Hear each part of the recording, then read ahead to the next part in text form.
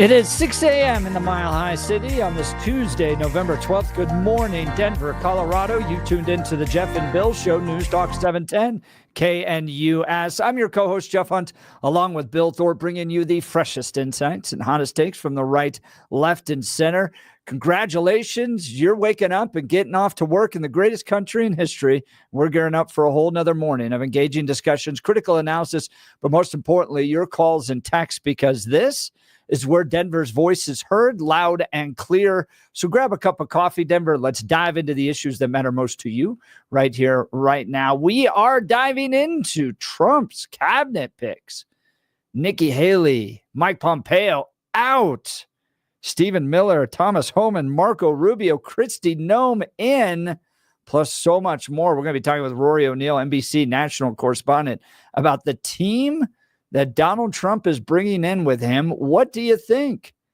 Phone lines are open. Give us a call, 303-696-1971, 303-696-1971, or you can text us on the Dan Caplis Law text line at 720-819-5115, 720-819-5115. We'll also get into some news around Denver. The DA launching an investigation against Jenna Griswold, DA from Denver, that is. They're going to find anything. Is this another sign that Jenna Griswold needs to resign? We'll cover that. Also, this year is looking like it could be the deadliest year for police shootings since 2020. So we'll cover that news as well, plus some of the anti-Semitism raging in Europe with those soccer battles that were taking place. Billy, did you see that in Amsterdam? Yep, I watched videos over the weekend. Yeah, that was not good. And it kind of seemed like both sides were initially fighting, but then there became a big hunt the Jews effort. Yeah, that's really what happened. That's just not good. It's not unusual for soccer fans to fight each other, but this seems like what I've read. There were encrypted messages sent through Telegram, and it was coordinated as far as the attacks. So, yeah. The stuff that I was reading over the weekend were things like, hey, are the programs coming back to Europe? Is this something where it's going to, basically be more and more anti-Semitism? Is this what we're leaning into now? So, yeah, it was shocking. It was shocking to see, and absolutely awful. And does it have anything to do with immigration, immigrating the Islamists into these European countries? There's an article in the Free Press, Make Germany More Jewish Again, making the argument that Jews bring great cultural value. They're successful people, they're successful culture, and Europe should be looking to import them, not force them out. And if it's a battle of immigration, well, then the country should honestly ask themselves, are the Islamists or the Jews better for their future? We can dive into that as well. But let's start first with news and comment with Blake Olson. Good morning, Blake. Hey, good morning. Happy Tuesday, Jeff and Billy. 28 and partly cloudy in Denver, expecting a high of 58 today. The 7-10 5-day forecast coming up. Our top story flags in Colorado will be lowered to half-staff tomorrow to honor the police officer, Evan Dunn, who was killed in the line of duty last week. A memorial service for the Golden police officer will be held at 1 o'clock tomorrow at Mission Hills Church in Littleton. The family is holding a private ceremony, but the public is invited to line West County Line Road between South Santa Fe and Lucent Boulevard to pay their respects. Dunn was killed once again last week when he and his partner were hit by a vehicle at the scene of a crash on Highway 58. The Denver district, and he was hit by a professor from Colorado School of Mines, right? Was he? I thought that's why I read that. Wow. Yeah, I just remember a drunk driver hit him. Jeez. Last day, that's horrible. I mean, it's just, once again, just slow down. If you can't get over to the left lane and you're in the right lane and you can't get over, at least slow down and be extremely cautious, because you just never know, especially with the weather conditions. But it's difficult enough even when it's dry. So That will be occurring tomorrow. The Denver District Attorney's Office is launching an investigation after those voter system passwords were posted online for months. Secretary of State Jenna Griswold announced a few weeks ago that her office had posted a spreadsheet on their website with a hidden tab that included passwords to voting systems. They were online for 4 months. DJT is reportedly set to tap Florida Senator Marco Rubio for the job of Secretary of State. New York Post reporting that Kash Patel emerges as top contender for CIA director. A week ago today, conservative patriots opened up a can on the left, and Van Jones still hurting. Right now, they have everything. They got the Supreme Court, they got the Electoral College, they got the House, they got the Senate, they got the popular vote, and we're just sitting here with the dunce cap on. Last week, we thought we were the smartest people in the world. We thought Donald Trump was an idiot. We thought his campaign made no sense, and it turned out they were smarter than us, and we don't have anything to say. I can sit here and pretend I know something. Here's what I know. Everybody I know is miserable. Everybody's on these Zoom calls. Nobody's got any good ideas, and it's going to take us a while to figure this out. I'm not good at coming here and faking and pretending no, we got whooped.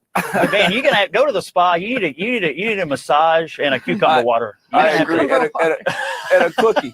That's right. Yeah, we all know Trump won, baby, and we know Kamala crazy. Everybody knows. President Biden has separate meetings scheduled at the White House with 2 heads of state. Biden will meet with Israeli President Herzog late this morning and will then meet early this afternoon with the Indonesian president.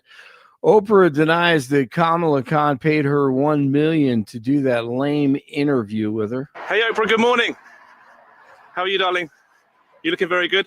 How do you think the election went? Not talking about the election. Thank you very much. Oh, is it true that they paid you $1 million for the endorsement for Kamala? Not true. Not true, okay. I was paid nothing, ever. What do you think about all the celebrities with their mass exodus? I'm not talking about Do you think Prince Harry's going to lose his visa now that Trump's president? Maybe they paid Harpo Productions. Who knows? And she didn't get any of it. Who knows? Oprah looking great there, walking up to her SUV. Democrats in the Colorado House are satisfied with their current leadership team. The party reelected Julie McCluskey as House Speaker Monday, making her the first speaker reelected since 2007. Democrats also reelected Monica Duran as House Majority Leader and Jennifer Bacon as Assistant Majority Leader. RFK Jr. says he intends to fire 600 employees at the National Institutes of Health. The comments were made at an event in Scottsdale over the weekend where RFK stressed the importance of acting fast. An audience member asked him what he would do if he could wave a magic wand, and he said we need to act fast, and we want to have those people in place on January 20th so that on January 21st, 600 people are going to walk into the offices at NIH and 600 people are going to leave.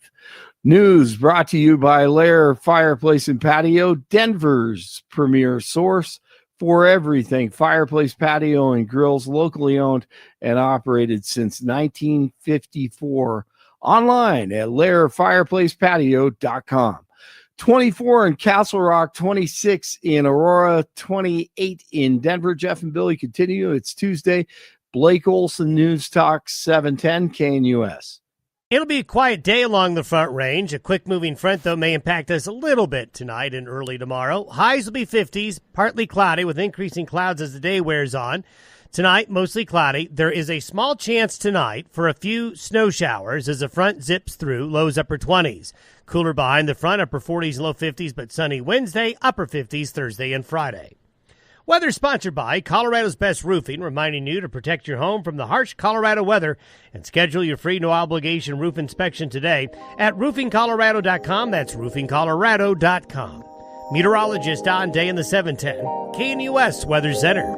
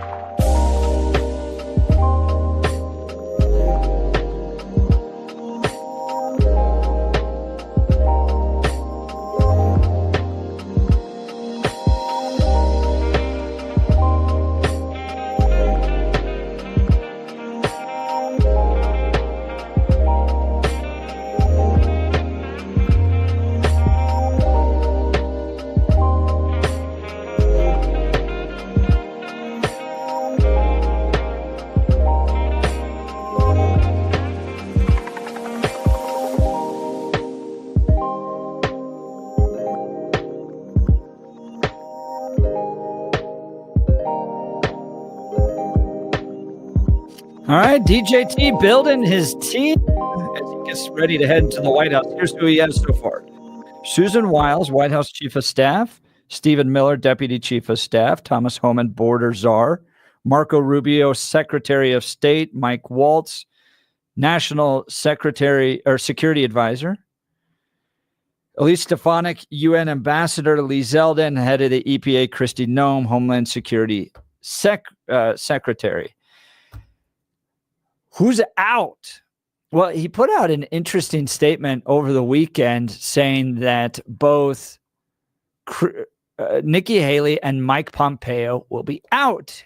He writes this: I will be not inviting former Ambassador Nikki Haley or former Secretary of State Mike Pompeo to join the Trump administration, which is currently in formation. Mr. Trump posted on Truth Social Saturday. I very much enjoyed and appreciated working with them previously and would like to thank them for their service to our country. Now, the Wall Street Journal writing the announcement was hardly necessary. Presidents-elect pass over people for cabinet positions all the time without public declarations. Why rule them out in this way and so soon? It seems like a preemptive attempt to embarrass them, maybe? This is the top trending opinion article in the on the Wall Street Journal this morning. Now, I think everybody can understand why Nikki Haley doesn't have a role in his administration.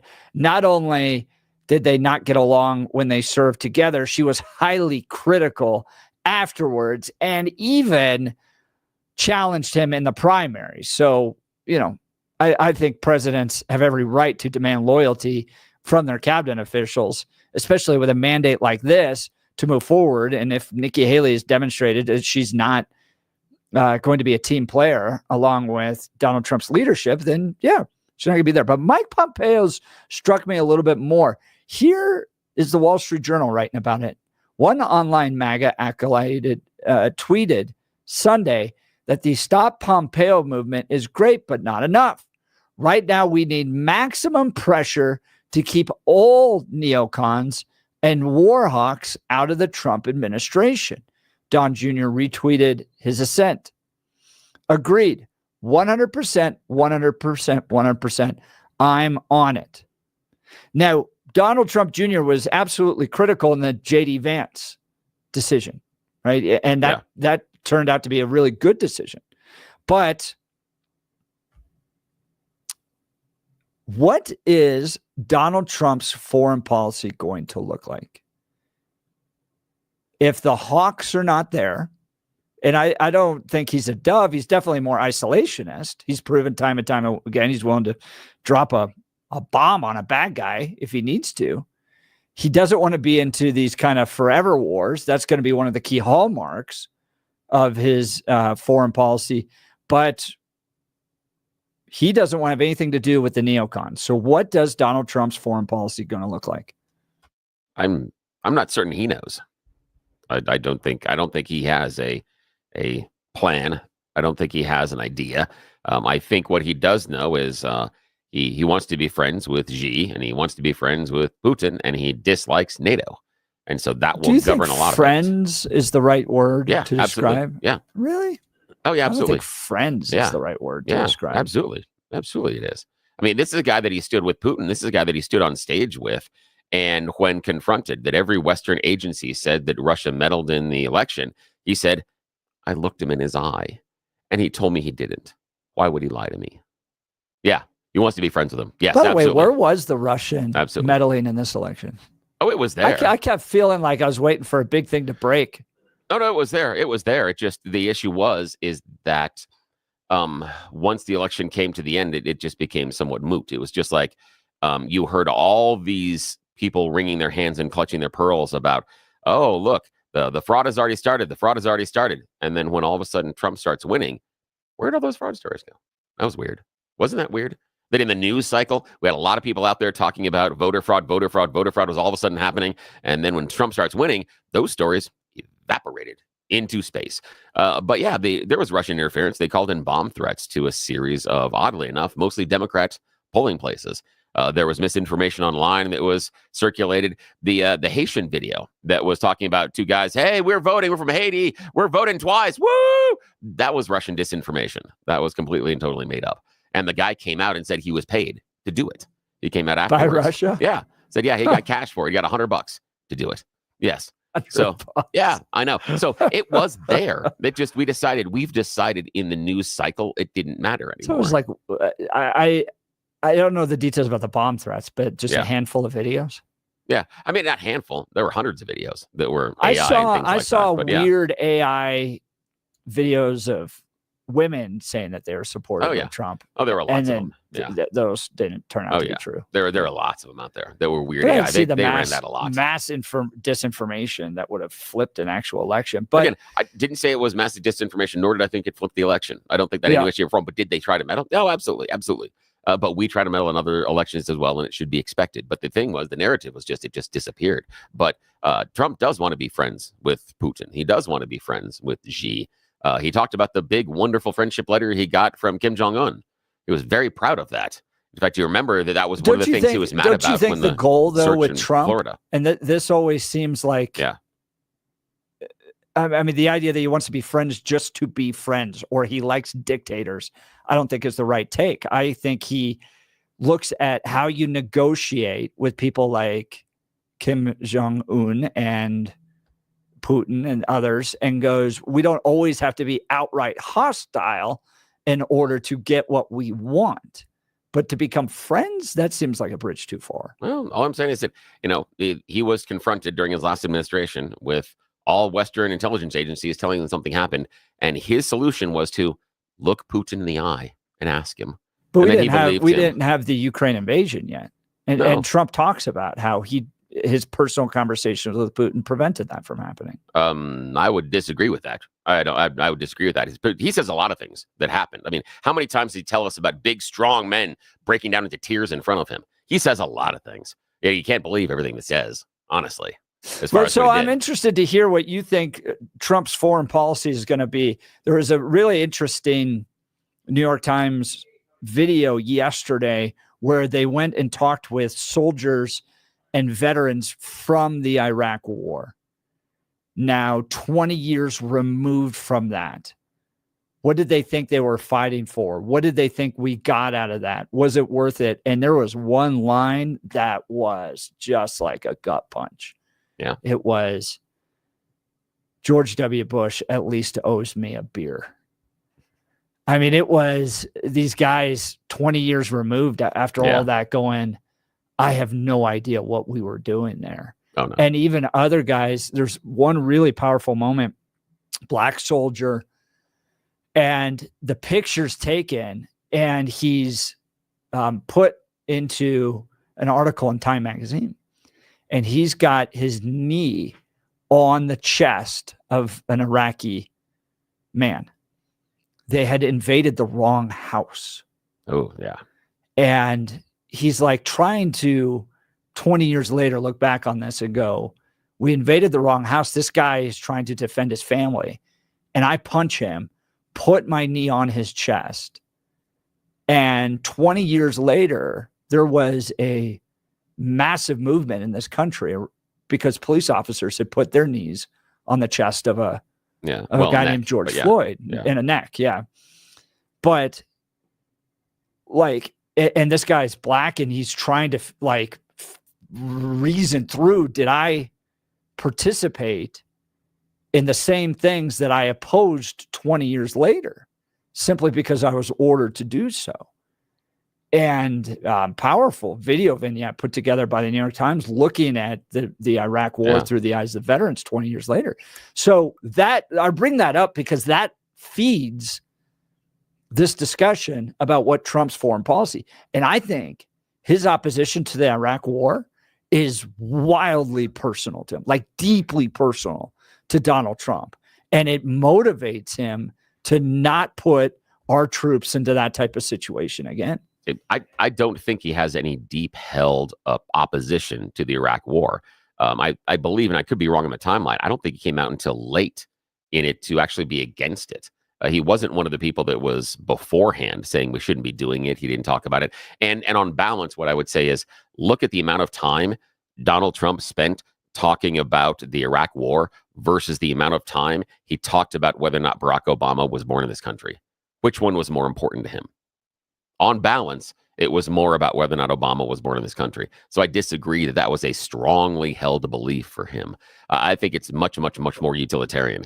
He comes in my recollection, he comes in very late on that story arc to kind of go, me too, to say, I disagree with it the too. timing doesn't matter to me as much as him going and being deeply opposed to it. And Well, if that is something that he's passionately opposed to, I'm more concerned about what that's going to mean moving forward, which means he is not going to put our country in those types of positions. So I guess my question to listeners, to you, Bill, let's try to game out what Donald Trump's foreign policy is going to look like. I think it's going to look similar to what we had 4 years ago when he was president, which means he's going to have the cojones to take out bad guys like Soleimani. He's willing to press those boundaries, but there is now a very significant shift within the Republican Party against hawkish forever wars, to be more isolationist, to really only put our troops in harm's way if there's a direct benefit to the United States of America. I think that's what his foreign policy is going to look like. Yeah, see, I felt if he was deeply concerned about the Iraq war, he'd be out speaking about it beforehand. I disagree with the characterization that's a deeply held belief. For me, it's a bandwagon moment. And again, and what I would put on the table would be the difference between how many times he spoke out against the Iraq war versus how many times he spoke out against Barack Obama being born in the U.S. He was doing much more on that. That seems to be a more deeply held belief based on his actions than what he did in the Iraq war. I think that his international relationships are utilitarian. He will get out of UN what he thinks he can get out of the UN. He'll get out of NATO what he thinks he can get out of NATO. And the same thing with the strong-arm dictators that, again, he has said, very powerful people. He complimented on the invasion of Ukraine. He complimented Putin. That's crazy. Imagine if Reagan would have complimented Russia or the USSR on invading another sovereign country, saying it was brilliant. He said it was brilliant or genius or something like that. I don't remember what it was, but he complimented on the invasion. That is crazy. Our American president complimented our enemy on them invading another country. That's where we're going with foreign policy. That's it. And we go to the Soleimani thing, yes, but I brought that up before, that Iran retaliated, and he did nothing. He wasn't necessarily the strongman. Iran feels like they got one over on Trump because after we hit Soleimani, they hit back and we didn't do anything. They felt like they quieted the great American beast. That we didn't come back. There was no major fatalities, right? You had no one died in their response. But more than 80 people received Purple Hearts and were removed from service because of brain injuries and more. And remember this, it was the largest ballistic missile attack directed at a U.S. base ever. Yes, Iran looks at it as a gold star. If Iran can pull off the largest ballistic missile attack at a U.S. base and nothing happens in retaliation, they're going to take that as a win. You would if it was the largest military attack against a China base or a Russian base or something else. The U.S. would say, well, they're not responding because we win this one. Yeah, they take it as a win. Yes, absolutely they do. I don't think they take it as a win. By the way, Trump was opposed to the Iraq war in April of 2004, told Howard Stern that Iraq is a terrible mistake. Then went on in July of 2004, lamenting the deaths and injuries among Americans and Iraqis, saying that, and this turns out that all the reasons for the war were blatantly wrong. All of this for nothing in 2004. So yeah, it wasn't right at the start of it, but that was pretty early on in that engagement. I doubt that's a deeply held belief, though, versus how he behaved you don't with think Barack so? Obama. I think it's no, not in the least. I think it is. No, and I think it's motivating him to stay out, and I think that's why Mike Pompeo doesn't have a job in the Trump administration. Well, want to get to your phone calls and texts. Phone lines are open, 303-696-1971, 303-696-1971, or text us on the Dan Caplis Law text line. Iggy's saying that Tulsi Gabbard would be better than Kristi Noem for Homeland Security Secretary. What do you think about that? Kristi Noem being appointed this morning. Big names coming in on Trump's team. Would love to hear your thoughts. You're listening to the Jeff and Bill Show. Denver's talk leader, News Talk 710, KNUS. At this hour, I'm Christina Owayo in Dallas, and here are your top stories. Social media is on fire as the race for Senate leadership heats up. Many allies of President Donald Trump and nearly everyone who voted Republican this election cycle is speaking out in favor of Senator Rick Scott from Florida, who is a proven Trump supporter and winner on the economy and jobs. Meanwhile, no love coming in for Senators John Cornyn and John Thune, who are known to many as rhinos that have both spoken out against Trump and his agenda. And now a new report coming in saying that there is internal backlash against the conservatives who are vocally supporting Rick Scott for Senate Majority Leader. And senators don't take kindly to having an army of social media trolls attack them. Not the best look for elected officials as the criticism came in swift and hard. The Hodge twins taking to X saying any senator still listening to Mitch McConnell is a backstabbing traitor. Vote Rick Scott for Majority Leader. The party of Mitch McConnell is gone.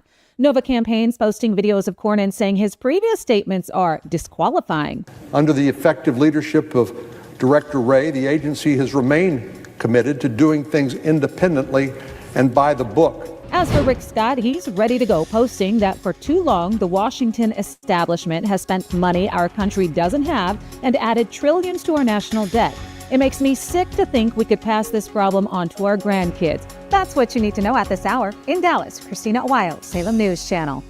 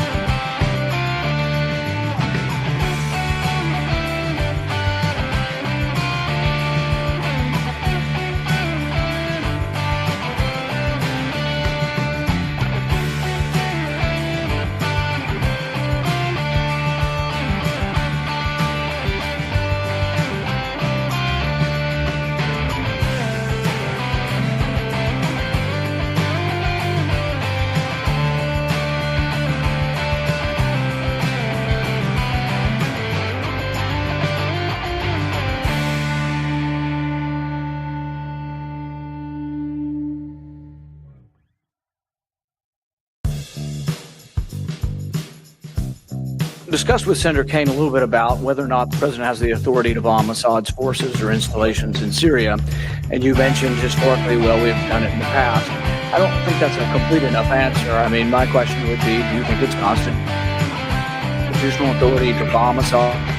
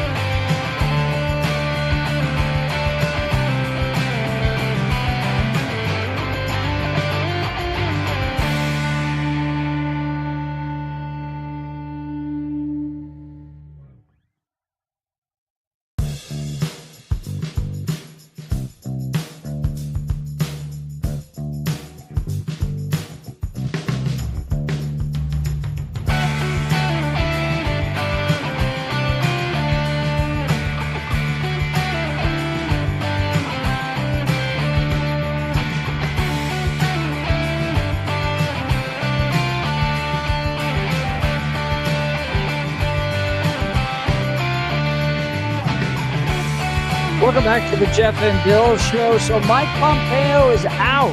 Now, Donald Trump posting on True Social that both Nikki Haley and Mike Pompeo are not going to have roles in his administration. Now, Nikki Haley wasn't a surprise to me, but Mike Pompeo a little bit. He's been rather loyal to Donald Trump as a defense hawk. But are there changes happening in the Republican Party as it relates to foreign policy that we should be paying attention to? I found this exchange between Rand Paul and Mike Pompeo interesting. Billy, are we able to cue that up? Great. All right, great. We'll play this. Discussed with Senator Kaine a little bit about whether or not the president has the authority to bomb Assad's forces or installations in Syria. And you mentioned historically, well, we've done it in the past. I don't think that's a complete enough answer. I mean, my question would be, do you think it's constitutional? Does the president have the constitutional authority to bomb Assad's forces? Does he have the authority, absent congressional action, to bomb Assad's forces or installations? Senator, as I think I said to Senator Kaine, I'm happy to repeat my view on this. Those decisions are waiting. Every place we can, we should work alongside Congress to get that. But yes, I believe the president has the domestic authority to do that. I don't think that has been disputed by Republicans or Democrats throughout an extended period of time. Actually, it's disputed mostly by our founding fathers who believe they gave that authority to Congress. And actually, they're uniformly opposed to the executive branch having that power. In fact, Madison wrote very specifically, he said, the executive branch is the branch most prone to war. Therefore, we have, with studied care, vested that authority in the legislature. So the fact that we have in the past done this doesn't make it constitutional. And I would say that I take objection to the idea that the president can go to war when he wants, where he wants. I'm a lot more sympathetic to this argument than I was years ago. I was a neocon. I wrote in support of the Iraq war. It was a mistake. I look back on the bloodshed, even among my own friends that died in those wars, and I don't understand what we achieved with it. I get the initial arguments. Following 9/11, we were deeply concerned that Saddam Hussein was reckless and had weapons of mass destruction. Number two, it was better to fight them over there than it was to fight them here. And so I get all those, but 20 plus years removed from it, I'm not sure it was all right to go and do that. And 20 years ago, I would have been with Pompeo on this. I'm more sympathetic now to Rand Paul. And I wonder too if the Trump administration is as well. Maybe not Donald Trump himself, possibly, but I think Don Jr., Tucker Carlson, Elon Musk, some of those guys around there are going, maybe handing so much power to the executive to kick off some of these wars isn't right, and it needs to be more legislative. And I think some of those arguments early on that the executive needs to have more power to be able to do this because Congress is too slow has probably faded away, because you can hold a very quick meeting of Congress if you needed to respond to something. I don't know. What do you think, Bill? I'm happy that in theory Congress would pull back the power to make war. Although I'm skeptical under a Trump administration, because the entire plan for the Trump administration is for a unitary executive. Congress gets in the way, and so does the Supreme Court. Congress should just execute what the executive wants, and Supreme Court should just be the legal arm, along with the DOJ of the president. That's how I believe Trump views it. That's what we've seen in the way that he moves. So he would be directly against Rand Paul. He would say that absolutely, because he's the president, he can do whatever he wants, and that he can, through order. I mean, he just recently had talked about how he will eliminate transgender people in women's sports by just issuing an executive order. Can't do that. But that's how he views the executive office. He views it just like him being the CEO. You don't think through Title IX you can do that? I don't think he. No, I don't think he can. I don't think so. I think Biden did it through an exexecutive order that essentially he didn't ban anybody in transgender. No, but sports. he lumped transgenderism into the Title IX reading of essentially fairness in sports. It's not necessarily that way. The idea is that through executive order, I understand what he was doing with Title IX, but he's looking at the idea of it being discriminated to population. And there you have some legal wiggle room, but going through an executive order and banning what sports groups can do across the country. I don't think the president has that power. I don't think that he has command over JV sports at Cherry Creek Middle Schools. I don't think there are JV sports at Cherry Creek High School. I don't think he has command over that decision. I don't think, and again, why would the president be given that authority? Because it's in Title IX, and it would be a reading of Title IX. But again, it's the idea of governing through the executive order, and that's the idea. It's the unitary executive. That's where I'm going with that. Yeah, it's the idea of the unitary executive, and so the idea that Congress can constrain his power to make war, decide who he can bomb. No. He doesn't like that at all. He doesn't like that in one shape at all. There's no way. There's no way he's going to go along with that. I wonder if he's more sympathetic to that. What would give you the what in his behavior gives you the impression that he wants to have another group that is comprised of over 500 people tell him what he has the ability to do or not? There's no way he wants that. A few things. One, his deep suspicion of spy agencies in the deep state. So their ability to wage war, to act independently of duly elected people like the president, makes me believe that he might be sympathetic to weakening the executive branch on this particular issue. That's one. Two, a lot of the people around him, everyone from J.D. Vance to Donald Trump Jr. to Elon Musk, have seemed to be far more isolationist, and in that strain possibly might be open to the idea of returning the powers back to Congress. Yeah, no. Because again, I still believe that Trump views Congress as an impediment. That he basically, I almost imagine when they sit down and they tried to explain to him, here are the three branches of government, sir, and here's why, and this is the power they have and the constraint, and his response, this is all my opinion, was, yeah, we need to fix that. We don't need that anymore. That holds things up. That prevents me from doing what I need to, because that's his world. So I can't imagine any way, shape, or form that he would acquiesce that kind of power, especially the power to make war, to 500 people he doesn't agree with all the time, and some of which he hates. There's no way he would give that power to that group. There's no way he would. Text message from 7586. He said, don't forget that Trump tried to fire 2,000 State Department diplomats, but that would be weakening the executive branch on foreign policy, because the State Department works for the president. Yeah, but why was he firing them? I don't know. Yeah. Do you remember? The issue. I don't, but my guess would be something about loyalty or not liking the people or not this or the other thing. So that's probably it. That's how he functions.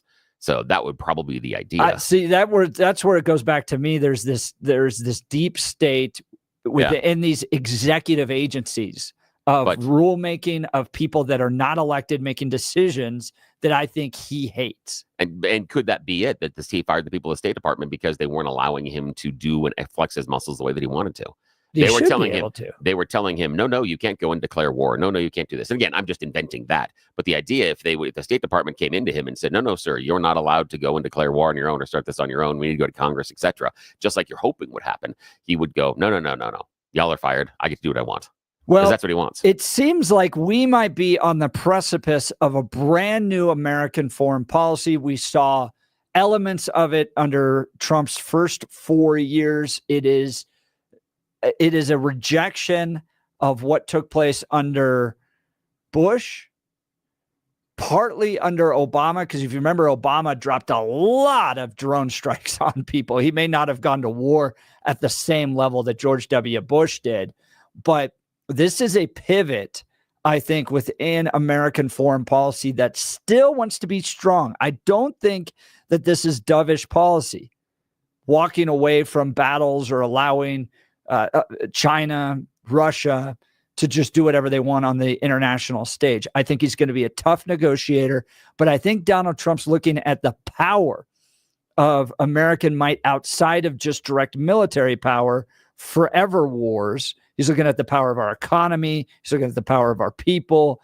and he's trying to find ways towards international peace that don't rely on 20-plus year wars where the American people sacrifice a ton of treasure and blood and don't have anything to show for it 20-plus years later. I think he looks at that as a massive waste of resources But at the same time, I don't see him just handing Putin, Xi, Kim, the leader of North Korea, Kim Il-sung, whatever they want. I think he's going to be pretty tough on the national stage. That's what I think is going to be the foreign policy. Putin wants Ukraine. He's going to give it to him. I don't think he's going to give him Ukraine. Oh, yeah, he will. He'll give him what he'll do is, I mean, it may be addressing of, we'll just stop this right now and they can keep all the territory that they have at that point. But still, he's going to side with Putin on that one.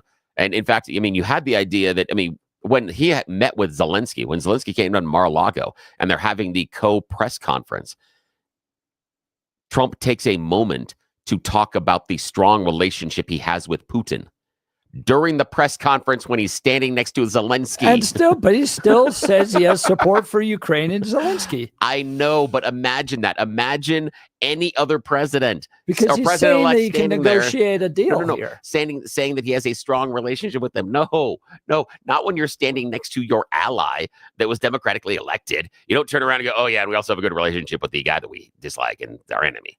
You don't do that. Not in that setting. That would be ridiculous. That would be absolutely ridiculous. Would you accept peace between Ukraine and Russia if it meant that Ukraine was not part of NATO?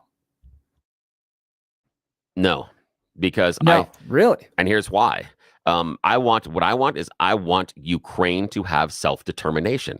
If Ukraine decides we will have peace with Russia and not join NATO, okay. But I am 110% away from any other country walking in and saying this is what you're going to accept for this peace deal. No. Why? If we're talking about we're not going around and starting these wars and these things, then why do we think that we get to choose what Ukraine should accept inside of this conflict? No, let them choose. They should be allowed to choose. And if they don't want to join NATO, they can make that choice. We should not ever tell them that. That's ridiculous. So if Ukraine gets to choose that, then the other countries get to choose whether or not they want Ukraine to be a part of NATO. Yep, right? Absolutely. That seems totally fair. They can go, you know what? This is going to kick off a giant war with Russia. We don't want it. That's totally fair. So sorry, Ukraine. Yeah. It sucks the geographic lotto you got in life. But we're not risking war with Europe and Russia in order to defend. Yeah, Ukraine. we are going to, and NATO will decide we are going to then defer to our enemy and let them choose the rules of engagement, which again undermines the strength of NATO. NATO should not care at all if Russia doesn't want a NATO country on their border. Sorry, don't care. We're not going to invade. NATO's not invading Russia. NATO's never been an aggressor towards Russia. Russia's been the aggressor. Russia should not have any say-so as to whether or not a NATO country is on their border. They don't get any say-so as to the alliances that the countries that border them join? No, they don't. That's self-determination based on those countries, not based on you. What about I'm not defending Russia, but it seems do we get to have a voice in who Mexico has alliances with? No. Especially if we feel like they might threaten us. No, if Mexico wants to have an alliance with someone else, we don't get to go, oh, wait, Mexico. No, Mexico can still make that choice. We can be angry about it all we want, but so what? So what? And the idea that we would turn and say, Putin, is it okay? Is it okay if we let these countries into NATO? Are you okay with this? Really? Really? The GOP in America has gone so far to start asking our enemy if it's okay if we have more allies in the area.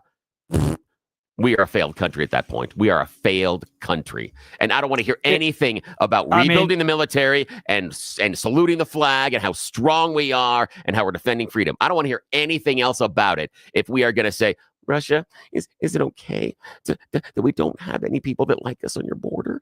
Is it okay? Oh my God, don't get mad at us. If we're going to be that weak on it, I am not willing to send our treasure and our sons to go die because these two countries have an issue. All right, look, with all the work I've had done to my teeth, believe me, finding a good dentist makes all the difference. I'd like to talk to you about Dr. Mike and the Rocky Mountain Dental Group. He helps people like you and me look and feel amazing by providing the best dental care available. See for yourself all the 5-star reviews at RockyMountainDentalGroup.com. Here's one. Every single person in this office is delightful. Their knowledge and consultative approach to dental care is fantastic. We highly recommend to everyone I know. If your gums are receding, it's critical to address this issue promptly. Dr. Mike is a top-tier expert in the Chow pinhole surgical technique. This method requires no cutting, no sutures, and virtually no downtime. The pinhole surgery is so painless that many clients go on to have other areas of their mouth treated as well. They also offer sedation if you have any apprehension at all. So schedule a free consultation with Dr. Mike. Call 303-233-1335 or visit RockyMountainDentalGroup.com, RockyMountainDentalGroup.com to book your free consultation today. We'll continue with the Jeff and Bill Show. Denver's talk leader, News Talk 710 KNUS.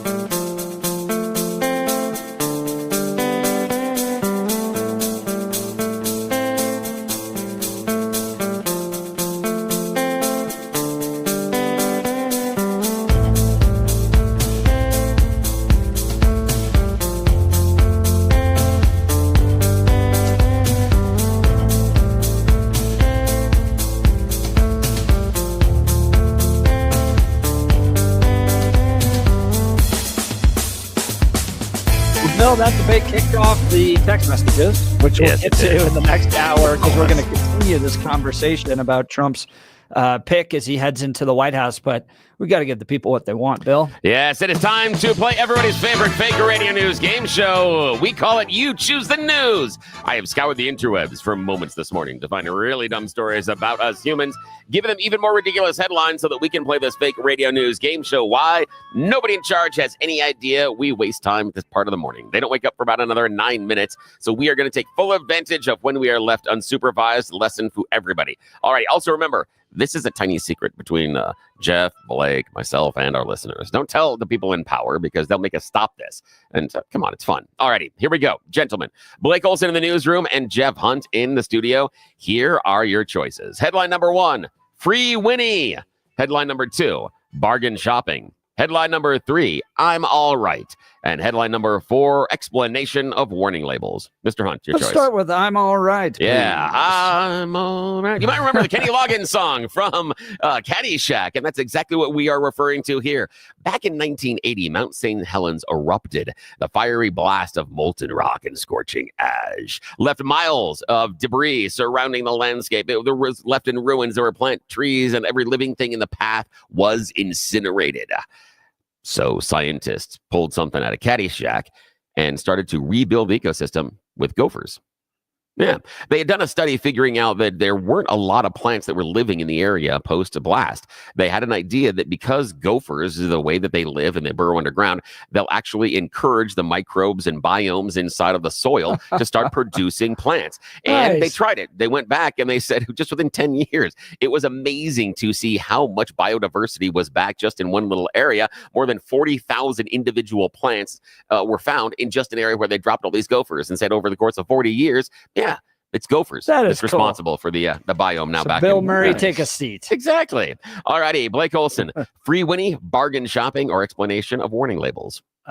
Free Winnie? Winnie, yes, Free Winnie. Oh, Free Winnie. Willy. Yeah. Winnie. Got it. No, I'm Winnie. sorry. Free Winnie. Like, this is, yeah, because, you know. Winnie. Yes, and his friend Winnie. Piglet, and his friend Piglet, and Rabbit. Oh, and, Winnie. Yes, Free Winnie. Yes, because we've got Gotcha. to free Winnie because a man in Tennessee has now been arrested. Turns out he's now accused of killing his friend, not a bear killing his friend, as he originally said.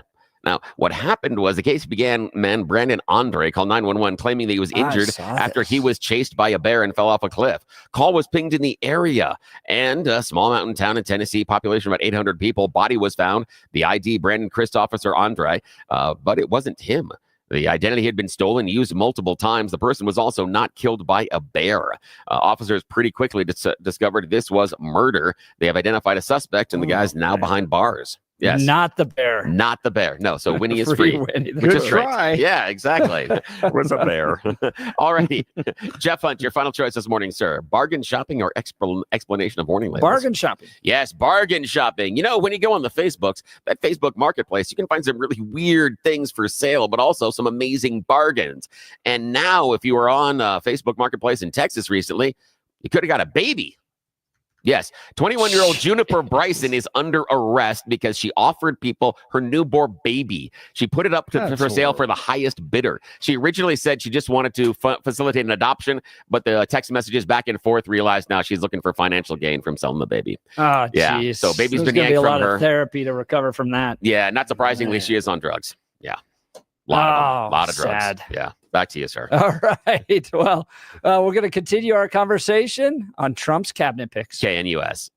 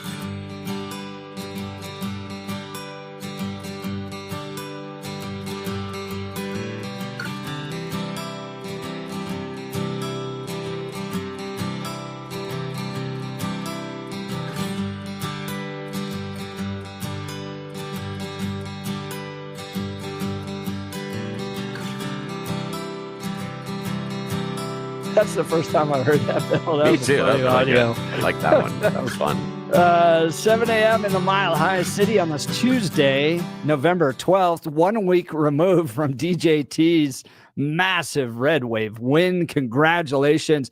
And we're kicking off a whole nother hour discussing the team he's putting together.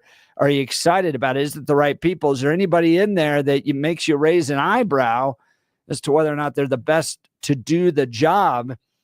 We're going to talk with Rory O'Neill, national correspondent with NBC Radio, here in just a second, as Republicans are just a handful of seats away from keeping control of the House.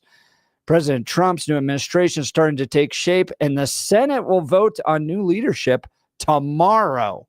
So, yes, the politicking major elections wrapped up last week, but major decisions on the future of this country are being made this week, and we're providing all the coverage you need. You've tuned into the Jeff and Bill Show, News Talk 710 KNUS. Let's start with news and comment from Blake Olson. Good morning, Blake. Good morning, Jeff and Billy. 28 and sunny in Denver, expecting a high of 58 today. The 7-10 5-day forecast coming up. Our top story, President-elect Trump working to fill spots necessary for his incoming administration. Reports say he's expected to name Florida Senator Marco Rubio as Secretary of State, former Congressman from New York Lee Zeldin to lead the Environmental Protection Agency, and New York Representative Elise Stefanik to serve, of course, once again as the U.S. Ambassador to the United Nations. South Dakota Governor Kristi Noem is reportedly DJT's pick for Department of Homeland Security Secretary. Florida Senator Rubio, we talked about that, and the New York Post reporting that Kash Patel emerging as the top contender for CIA director. What the deep state uses the most to cover up their corruption is an illegal application of the classification system. Remember the Lovebirds text from, this is a beauty, the Lovebirds text from FBI, DOJ land, Russiagate, Strzok and Page were texting each other. Who they were running the Russiagate investigation against Trump. They were the head of the counterintelligence unit at the FBI, and they're having an extramarital affair together. Can't make this stuff up. They're sending each other texts about how much they hate Trump and are going to create an insurance policy to stop Trump. Then we finally find those text messages. You know what the FBI and DOJ do for like a year? Redact them to congressional investigators and congressional men and women running the oversight. Yeah, that's the one right there. Crucial after all the corruption that we have seen the past 4 years. He's already tapped former DJT, former acting director of ICE, Tom Homan, to serve as the new border czar. And we know what happens to these children, Sean. And look, the illegal aliens coming across the border, people need to understand, 31% of women that make that journey get raped by criminal cartels. Children get raped. I've talked to little girls as young as 9 that have been raped multiple times. These cartels are animals, and that's why President Trump's going to take them off the face of the earth. They've killed more Americans than every terrorist organization in the world. And President Trump is committed to calling them terrorist organization and using the full might of the United States Special Operations to take them out. Homan on Fox last night with Hannity. President Biden welcomes Israeli President Isaac Herzog to the White House today. Their meeting comes as Israel faces a U.S.-imposed deadline this week to improve the humanitarian situation in Gaza or risk restrictions on further security assistance. They cannot wait for Trump to take office. A day after his victory for Colorado's 8th congressional district, Republican U.S. Representative-elect Gabe Evans spoke on his priorities for his term in Congress. Evans said that his first bill will be focused on making sure federal agencies work with state and local law enforcement to secure the border and remove violent criminals.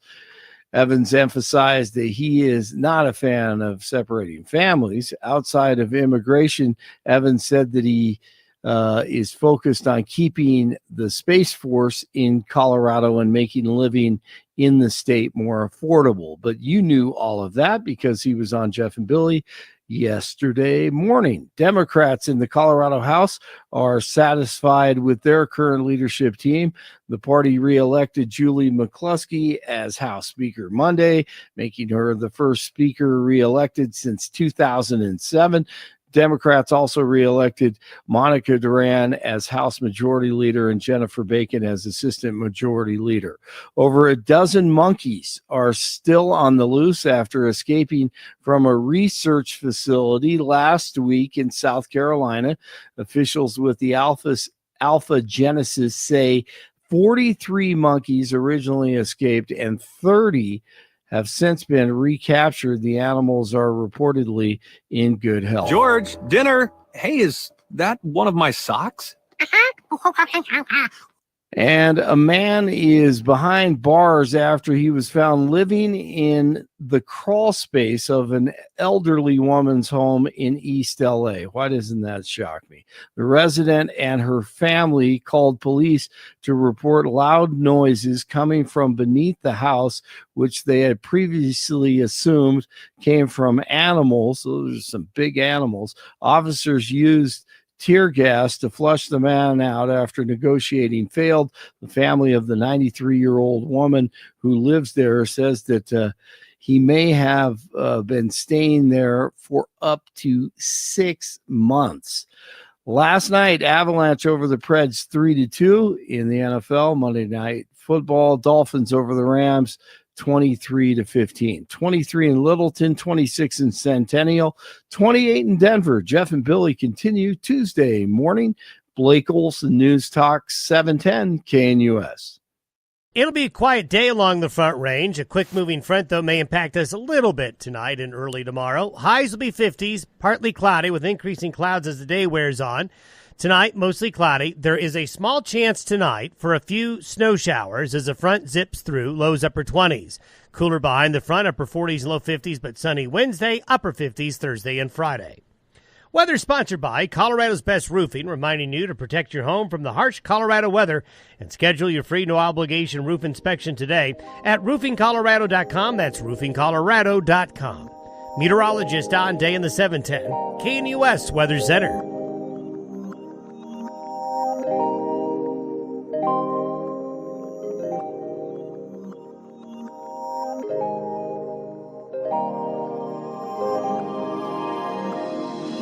Billy, you know who I think would be great in the Trump administration? Oh, who would that be, my friend?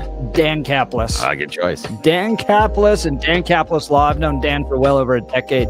This guy's pro-life, pro-family, pro-America. He's with us on the values. That matters, number one, because who you choose to represent you in an injury case says a lot about you to everybody involved in the case. You just hire somebody because it went by on a bus billboard. It's not going to work out well. You need somebody that everybody in the courtroom trusts and knows is a good guy.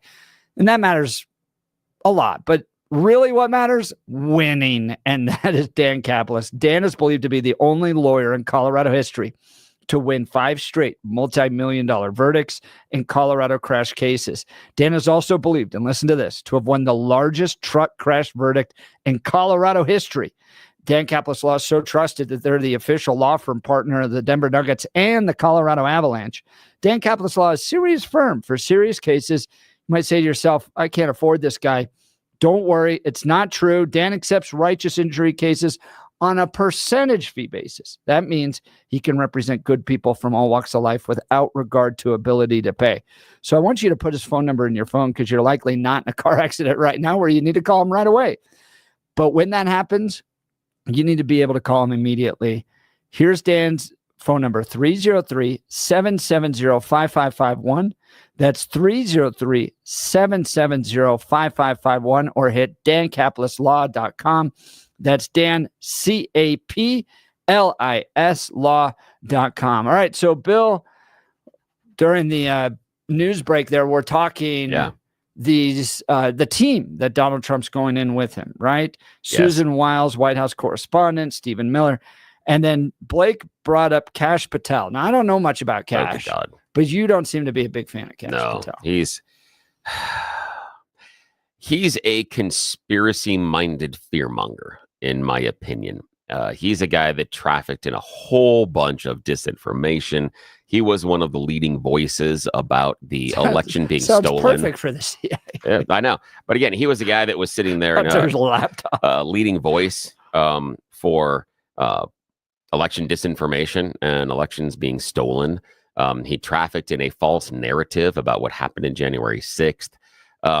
So, yeah, that's who's going to be in charge of the CIA. So, that's an absolute nightmare. That is just awful. I mean, I can't come to a rational analogy that even works, because it's almost mind-bogglingly idiotic.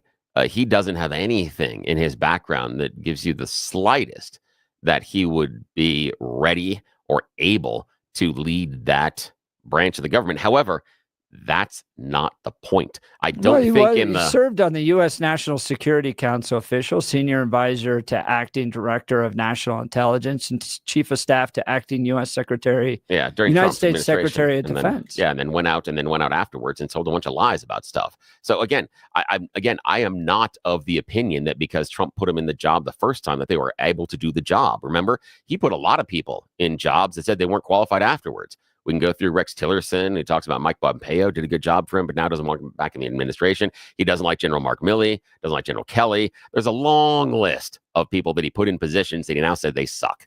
And so just because they were put in a position, I mean, the final attorney general he tried to appoint post Bill Barr was there only because the guy said, I'll say the election was stolen for you, boss. I'll say it is. I got a letter right here. That was the reason he was supposed to be there. And that person has lost his law license because of it. So the idea that he was qualified in the first place, no.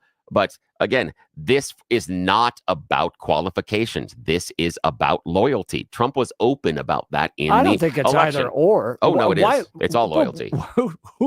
Which president's not hiring based on loyalty? Well, I know, but where do you rank it, though? Do you rank it as number 1, or do you rank it as 2, 3, 4, 5? I think it's a combination. It's a mix. Look, there's got to be a ranking system. What's most important? And for me, competency is most important. For the Trump administration, it's loyalty. And he said that, and that's okay. It's his administration. He can do it the way he wants. I don't think they're separate from each other. Yeah, they are. You could be a disloyal, competent person, and you think that would be a good thing in a cabinet position? Yeah, I think they're mixed together. Here's the thing is, I would want someone who's the person in the room asking the question or saying no. That's the person you want. And that's the person that Trump views as being disloyal, because he came to Mike Pence and said, I need you to do this for me so we can change the results of the election. And Pence said no, and now he's disloyal. I've run businesses, run think tanks, hired people, all that stuff. I don't mind somebody challenging, disagreeing, all that stuff, but I'm not hiring somebody just to say no. I know, but here's the thing, though. You're not the president. We're talking about Trump's decision-making processes. This is irrelevant to my decision-making process, yours, or any of the listeners' decision-making processes. He's been very open that it is about loyalty. The people that are running the campaign talked about how the first test is going to be loyalty, not the ability to do the job or anything else. You just got to make sure you're wearing the jersey, and then everything else comes in. That's it. Yeah, I just don't see them as separate and going, well, this person's loyal but incompetent. I think what Trump's doing, like we do with all hires, is blend them. Some people have certain strengths, and as a hiring manager, you go, well, they're on mission. They love what they're doing. They might not be fully there, but I think we can get them where they need to be and really push them, and they'll be great at their job. In other cases, they might be really good at their job. We're going to take a little risk on their loyalty, but I don't blame a president for emphasizing loyalty. Joe Biden did the exact same thing with his hires. Let's evaluate. I don't know why all of a sudden this becomes a problem with Trump. Because Kash Patel's an idiot. And let's walk through this for a second. Remember, this is the guy that he wants to put in charge of the CIA that had the inability to realize that the 2020 election wasn't stolen, had the inability to analyze the information and come to the conclusion that was in front of him. The guys that came from the CIA, was that big number of former intelligence officers that all signed that letter saying that Hunter Biden's laptop was Russian disinformation. I look at that and go, well, he might be, he's got to be a step up than those guys. And those were the guys that were running the CIA. Well, joining us is NBC News national correspondent Rory O'Neill. The Republicans getting much closer. They probably, I think, have locked up control of the House at this point. President-elect Trump's new administration taking shape, and the Senate voting tomorrow on its leadership. There's a whole lot to cover here. Rory, thanks so much for joining the Jeff and Bill Show. Yeah, good morning. Hey, good morning. Happy Tuesday, guys. So, Rory, you don't get a week off, huh? You just go right in from the election into analysis of Trump's picks, huh? Somebody's got to do it. Oh, my time will come. So, a lot of news happening this week. Give us an update. All right, so let's start at the top of the heap, shall we? President-elect Trump picking some more people we believe will be joining his administration. Today, we should get confirmation that Senator Marco Rubio from Florida will be the Trump pick to become the next Secretary of State. Last night came word that Governor Kristi Noem from South Dakota will take over as the Secretary of Homeland Security. She'll be working with the man that Donald Trump wants to be the next border czar. That would be Tom Homan. And Michael Waltz, a Florida congressman, also named to become Donald Trump's national security advisor as well. That's just some of the names we know. Yeah, and how is it being received in Washington, D.C. from your perspective? It seems so far so good. I thought nothing totally surprising. Maybe Kristi Noem wasn't expected for that cabinet role, but yeah, I don't think anything is really shocking. I think Rubio was almost expected at this point. Some of the questions now are, who replaces Rubio? So that will be up to the Florida governor to decide who will be the replacement for Senator Rubio. Leading thought is that Byron Donalds, a Southwest Florida congressman, African-American, you always see him on TV. He might be the choice to be the next Florida senator. We'll have to wait and see on that one. But that leads to the other problem of what's going on in the House of Representatives. You talked about it earlier. It looks like the GOP will retain control of the House. As the numbers look right now, write this in pencil, 222 GOP, 13 Democrats. But as I just said, 2 of those Republicans are now going up to join the Trump administration. So it's really 220. And then if Donalds is picked, well, now we're down to 219. So 219, 213, that's going to be pretty tough to manage for any speaker. Do you expect Mike Johnson to remain Speaker of the House if these are the numbers? Will the Republican caucus keep him there? I would say yes, also because it's a pretty thankless job these days when the margins are so thin, and that it's a lot of them may say this is as good as we're going to get. And then flip the coin. Remember, Nancy Pelosi had the squad that was always her problem, right? 6 or 8 members that just wouldn't fall in line. Mike Johnson could have that problem on his side. That all it takes is 5 or 6 members to not fall in line, and he could see a tough time getting his agenda through. Big vote tomorrow in the U.S. Senate. This is a racehorse that seems to be playing out on X primarily. Right. Lots of debates. Elon Musk weighing in, Donald Trump Jr. weighing in. It seems like they're organizing behind Rick Scott. There's a lot there. There's institutional knowledge to guide through the Senate that Mitch McConnell had, decades and decades of experience with, but wasn't always with the Trump administration on his agenda. So how is this all playing out in the Senate for leadership of it? Well, and then remember, this is a vote behind closed doors, secret ballot. So we don't really know how they're going to vote, even when it's over. So maybe they have different thoughts. And some are saying that the Rick Scott pressure campaign, having people like Musk and Vivek Ramaswamy and RFK Jr. All support him, might be overplaying his hand a little bit. One of the concerns is that some senators are like, hey, we don't want to be just a yes man for Donald Trump. We are our own institution. We want to do our own things. He has to, we just don't want to be his lapdog. So that might be why they're leaning more towards Senator John Thune or Senator John Cornyn from Texas. So we'll see. There are 3 Republican senators all fighting for this majority leader position. I think Scott's got that MAGA wing, but that might not be enough. We'll see. Well, so if you have Rick Scott, and it seems like the president might be behind him via surrogates, and then you have Marco Rubio going to Secretary of State, it seems like Trump is relying a lot on the Florida delegation. Is this the result of personal relationships? Has he gotten to know these guys over the years? It seems like Florida Republican leadership is going to have a serious role in this administration. Well, Donald Trump is a Floridian, don't forget, at least on paper. So, yeah, he has gotten to know them for a while. And look, he was one time a rival of Marco Rubio, as we all remember, Little Marco and small hands and all that nonsense. So, they didn't always see eye to eye. But Marco Rubio has been on the trail these past few months on the stump, aggressively trying to support Donald Trump. So he's put in his time. Michael Waltz, the first Green Beret to become a national security advisor. He's been a vocal supporter, always on Fox News, supporting Donald Trump. So he's been visible out there.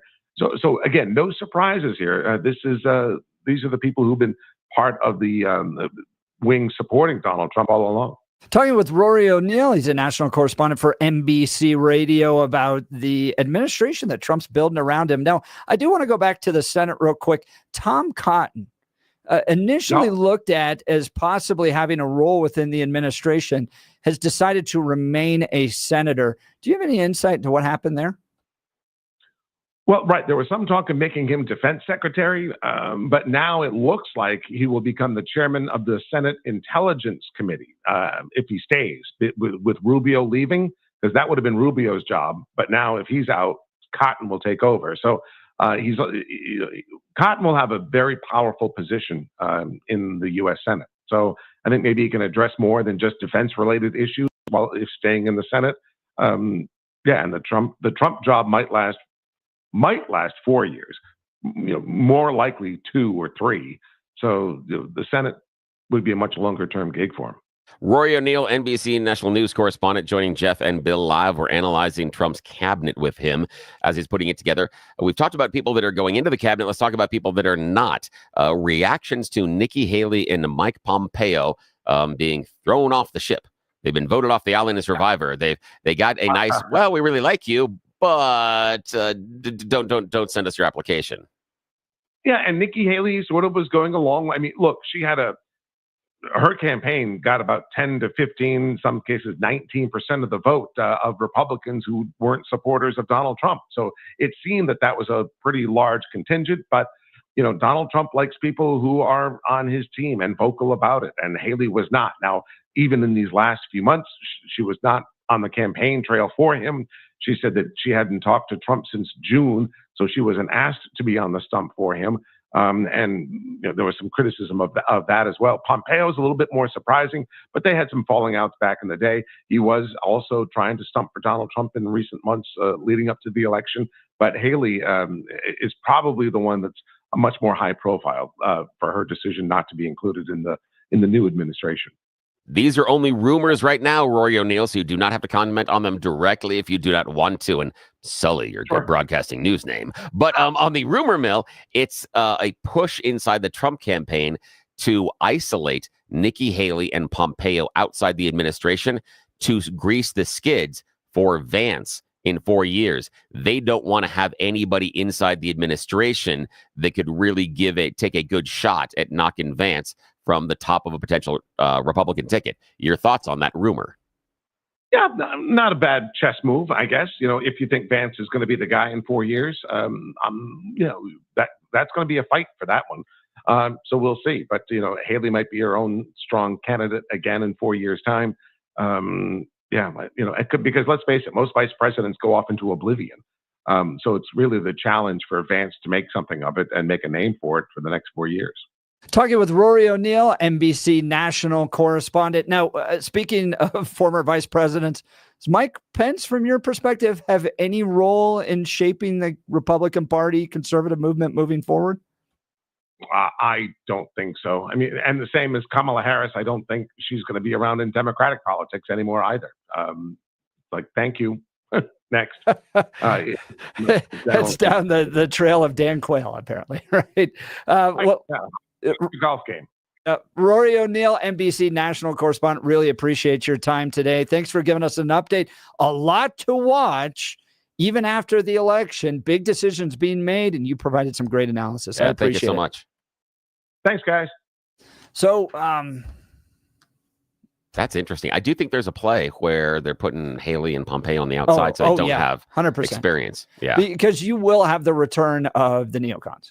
Oh yeah, because they want to have a role and they don't want to just be isolated to the Democrat Party at this point. Yeah, it's a losing party, so you will have this effort to try to bring the Republican Party back into that. A lot of it will come down to Trump's leadership over the next 4 years as to whether or not that can even be an argument made within Republican circles. Yep. If he's able to keep peace, we don't get into these forever wars. We're not spending a lot of money in places like Ukraine. If he can keep peace, that's the big thing, the big question. But that was a Wall Street Journal opinion piece yesterday, that this was all done to keep J.D. Vance centered. And it shows you a number of things. One of the big ones is that Donald Trump is going to listen to Donald Trump Jr. and Elon Musk and Tucker Carlson with regards to his administration. They're going to have a voice. And they guided him to pick J.D. Vance. I think it was a great pick. I think it helped him win. Yeah, I'm not convinced that it helped him win. I think it was more detrimental to him.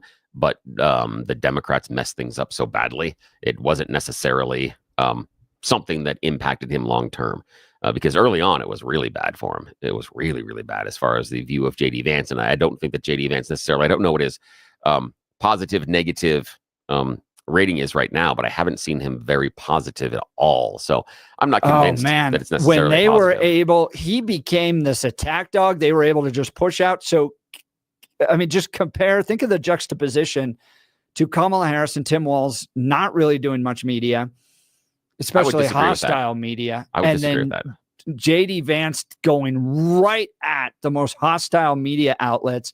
I thought it was brilliant. I would disagree, because I disagree with the idea that Kamala and Walz didn't do a lot of media. They did do a lot of media. They were on a lot of different places. They were on podcasts, and Donald Trump, again, was in mostly friendly spaces, and so was Kamala, and so were Harris, and that was somewhat of a mistake. J.D. Vance did stretch out some, but not at the level. I mean, he wasn't on MSNBC every day. He was the most out there of all four of them. Yeah, but then I think that as a surrogate, the Kamala Harris campaign sent Buttigieg out, and he would appear on Fox News and stuff about as often as J.D. Vance appeared on the other side. So again, but I'm not certain that J.D. Vance persuaded a ton of people. I think he absolutely galvanized people behind Trump as far as, oh, look, he does exactly what he wanted to. But I'd question how many people J.D. Vance actually persuaded. Again, but we talked about this beforehand. Vice president most times doesn't mean anything as far as the choice of the ticket. Yeah, but that debate with him and Tim Walz, though, was a very interesting moment during the entire season, because you also have to think about who else. Right, exactly. Like who else they could have put up there, right? That actually became a moment of almost pressure release out of the campaign, because you saw two guys that generally were debating policy. It's almost kind of like our show today, without killing each other, where you can have those types of conversations. Go, well, you made a good point there, or I'm actually closer to you on that. Yeah. And that happened. I'm not sure that would have happened with a Kristi Noem.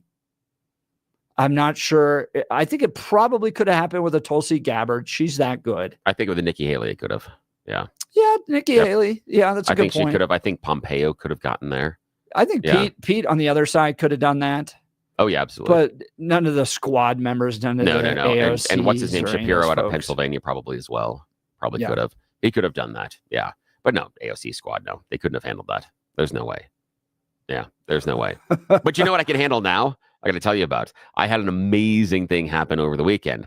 I can handle shoveling snow, and this is life-changing for me. I have a really bad back and a broken shoulder, bad knees, all years and years of making poor decisions on what I should be doing with my body. I had an underdeveloped sense of fear, as my father always pointed out. But you know, all that snow that we got Friday to Saturday, I had 2 feet at my house. I went out Saturday, shoveled the driveway, shoveled the walk. We're on a corner, long walk. Then went across the street, shoveled another driveway, shoveled another walk, and my back felt fine. That is crazy. And it's all because of my friends at Balance Wellspace. Check them out, balancewellspace.com. The difference is integrative medicine. That was a brand new term for me. And what it means for you is you get a whole bunch of different treatments under one roof. You go visit Balance Wellspace in Lowry, right across from Hangar 2, and they have neuropathic care, physical rehabilitation, regenerative care, trigger point injections, wave therapy, chiropractic care, and more. A whole bunch of cutting-edge Star Trek type stuff that is all non-invasive, that just has to be seen and experienced to be believed. But what I'm here to tell you is I had my two bottom vertebrae in my back were fusing. Because of Balance Wellspace, we did some traction. We pulled them apart, and now I am regenerating the disc. I now have movement. My sciatica is gone. My fat butt was out shoveling snow for several hours on a Saturday, and I wasn't sore. The craziest part is waking up the next day. You know how that is. That next day, after you've really worked those muscles, you've done something you probably shouldn't have. You get up the next day, and it's stiff. It's like, oh, yeah, buddy, you think you're getting away from this? No. And you're shuffling around looking like you're 50 years older than you are right now for a while. Yeah. I woke up the next day. I could feel that I had done something. There wasn't any tightness. There was no twinge, and there was no numbness. This is crazy. And it's all because of my friends, Dr. Julie, Dr. Jess, and the entire team at Balance Wellspace. And also, as we're talking here, I'm regenerating the meniscus in my bum left knee. My left knee held up fantastic over the snow shoveling and didn't even hurt the day after either. That's the difference Balance Wellspace can make in your life. They can get you back to doing things you want to do, and even getting back to doing things you don't want to do, like shoveling snow, but doing it without pain. Yeah. So you got to reach out to them. Balancewellspace.com, balancewellspace.com. Brand new offices in Lowry, right across from Hangar 2, and plenty of parking. I'm swinging by there after the show to see them today. They're going to be doing an adjustment on my back to make sure my lower back is holding up just fine for our next snowstorm. And they're going to take a look at my bum knee as well. I'll tell you how it's happening and what's going on with me tomorrow. But I'm going to be there today. And I want you to make a change in your life by reaching out to them, doing the personal evaluation. They'll take the pictures and they'll put together a custom pain plan. The coolest thing, they come back and they reevaluate you every couple of weeks. I've gotten to where I want to be, and we're still checking in every so often to make sure I'm still going forward on my journey. That's how good they are. They can make the same change in your life they've made in mine, but you have to take the first step. Contact them, balancewellspace.com, balancewellspace.com. And please tell me you heard about them here on the Jeff and Bill Show, because it sure helps us out, and they like hearing from you. Great to hear that, Bill. We'll continue with your calls and texts. What do you think about this team that Donald Trump's putting together? Are you thrilled? Are you excited? Is there anybody in there that you go, they might be used for something else? Not sure about that appointment. Oh, and who would you add? And who would you add? Who would you want to add? Who would you think would be better? That'd be cool. I would love to see John Fabricatori somewhere in the Thomas Homan operation. Yeah, I think that would be really, really smart. I think that needs to take place. That would be really smart. And Jason Crow can just continue to attend his minority standing cocktail parties in Washington, D.C. They get mad over language because it's words that hurt the most. All right. Phone lines are open. Give us a call, 303-696-1971, or text us on the Dan Capitalist Law text line, 720-819-5115. You're listening to the Jeff and Bill Show. Denver's Talk Leader, News Talk 710 KNUS. At this hour, I'm Christina Owayo in Dallas, and here are your top stories. Attorney General Ken Paxton just filed his 100th lawsuit against the Biden-Harris administration, this time in an effort to block a new rule by the Federal Communications Commission, or the FCC, that he says arbitrarily limits states' rights and unlawfully burdens taxpayers. 2 months ago, the FCC issued a rule concerning federal prisoners' phone calls, preempting state laws and forcing taxpayers to assume increased cost for these communications. The rule arbitrarily and capriciously violates the Administrative Procedures Act, he said. The Texas Attorney General has sued the Biden-Harris administration for repeatedly violating the Constitution, trying to destroy the nation with open border policies, attempting to take down the oil and gas industry, and illegally using taxpayer dollars to censor American citizens. Most recently, Paxton blocked the Biden-Harris administration's unconstitutional parole-in-place policy that would have unlawfully provided amnesty to more than 1 million illegal migrants. A former drugstore worker in the small Indiana town of Delphi has been convicted of murder in the 2017 killings of 2 girls who vanished during an afternoon hike. Richard Allen was accused of cutting the throats of 13-year-old Abigail Williams and 14-year-old Liberty German. Allen faces up to 130 years in prison. Evidence included a recording of Allen telling his wife, "I did it." In Dallas, Christina Owayo, Salem News Channel.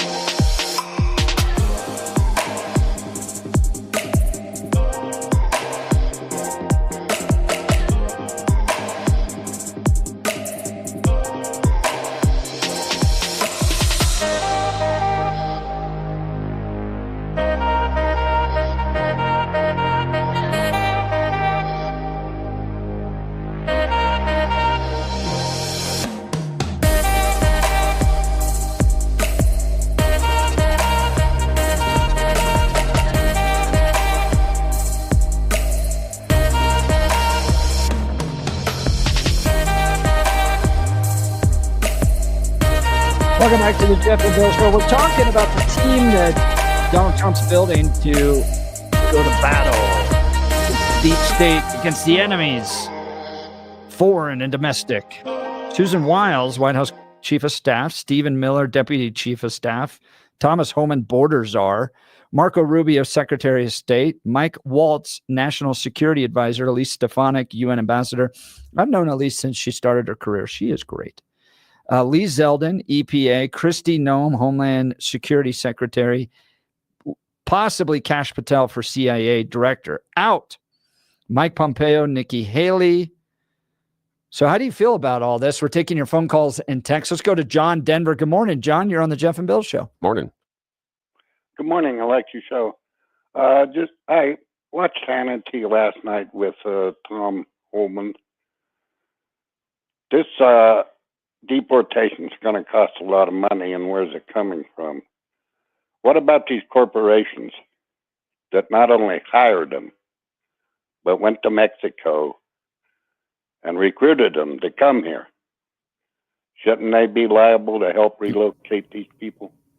They should be fined, absolutely, if they're employing illegal immigrants. Look, I've worked for big organizations, and the one thing they fear is doing something wrong via the government. They hire entire entities to help them manage whatever regulations are coming down from the government. I think part of Trump's deportation success, at least I hope, is going to be pressure on some of these major corporations that may be employing illegal immigrants. I think they'll stop doing it, and people are not going to find work here, and they're going to go back home. Well, I agree 100%, and people talk about it, but they never do anything about it. Yeah, welcome the to our government. House, International Beef Products in Iowa. It was in Time magazine back in the 80s, I think.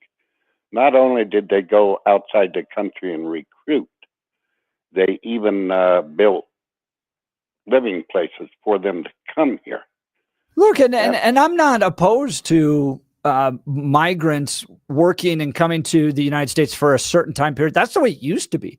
All through the 50s and 60s, they'd come up from Mexico, they'd work here, they'd go back down to Mexico, they stayed down there for other parts of the year. But what happened was we started providing services like in the city of Denver to 40,000 illegal immigrants to the tune of $100 million, to where they're getting apartments, they're getting debit cards, they're getting their own lawyers, they're getting workforce training, all this stuff. Why would they go home? So I've never had a problem with the idea of temporary migrants coming in to serve in the agricultural components, but we've created a system where that, frankly, I wouldn't want to go home either.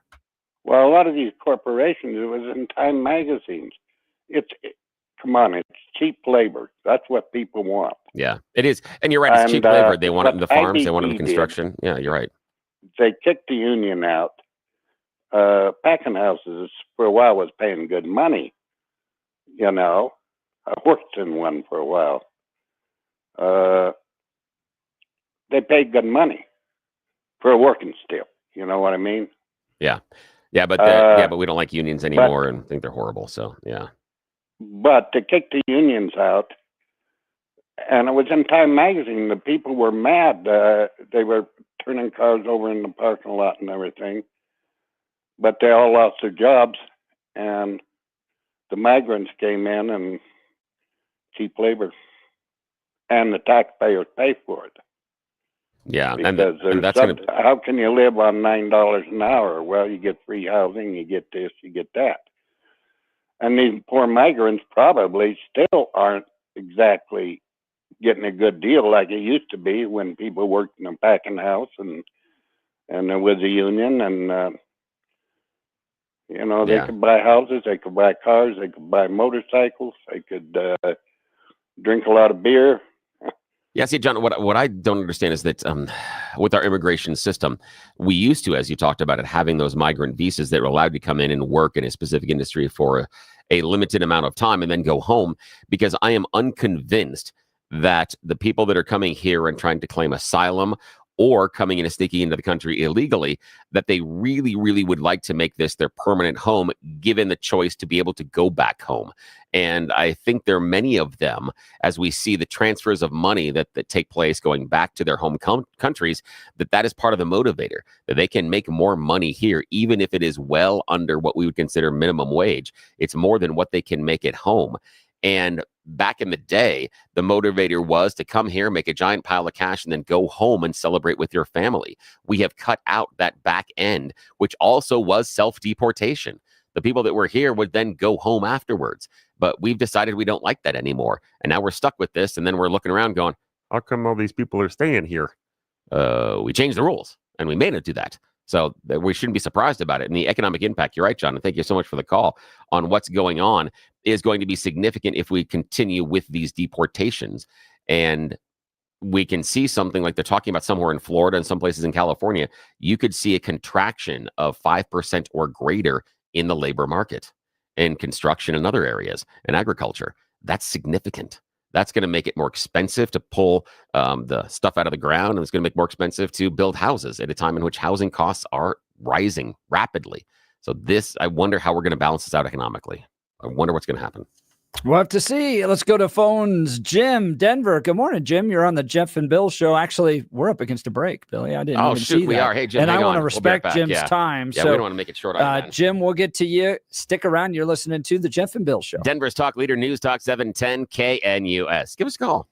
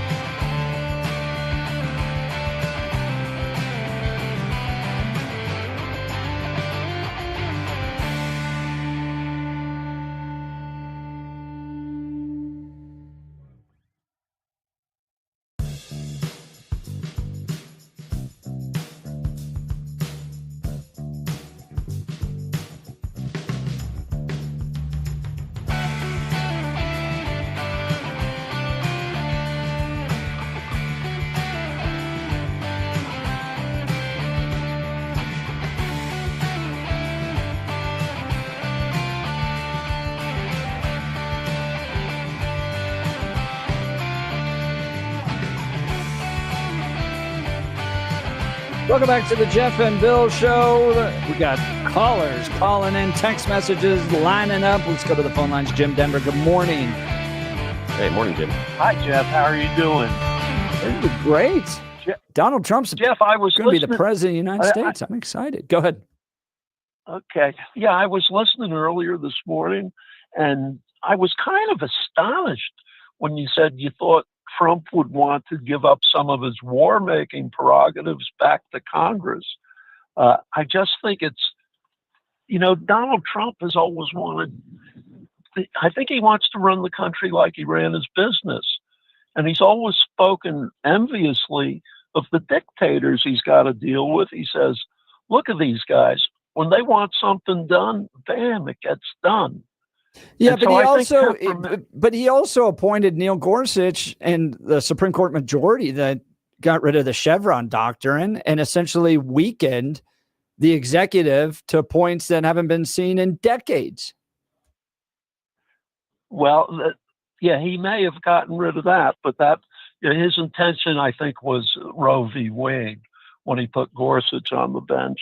And it had nothing to do with the Chevron thing. I mean, look, in his books, that was Gorsuch's big issue. If you go back and read Gorsuch's books, the Chevron doctrine, which allowed for executive rulemaking outside of the legislative body, was his big passion for most of his career, wrote decisions about it. So I understand your point that there are elements out there that Donald Trump wants to run the government like a business.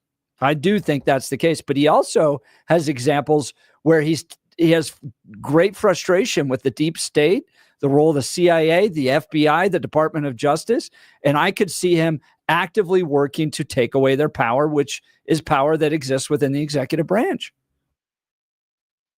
Yeah, but it's not his power. I mean, the CIA's power is not his power. Oh gosh, well then who's in charge of that?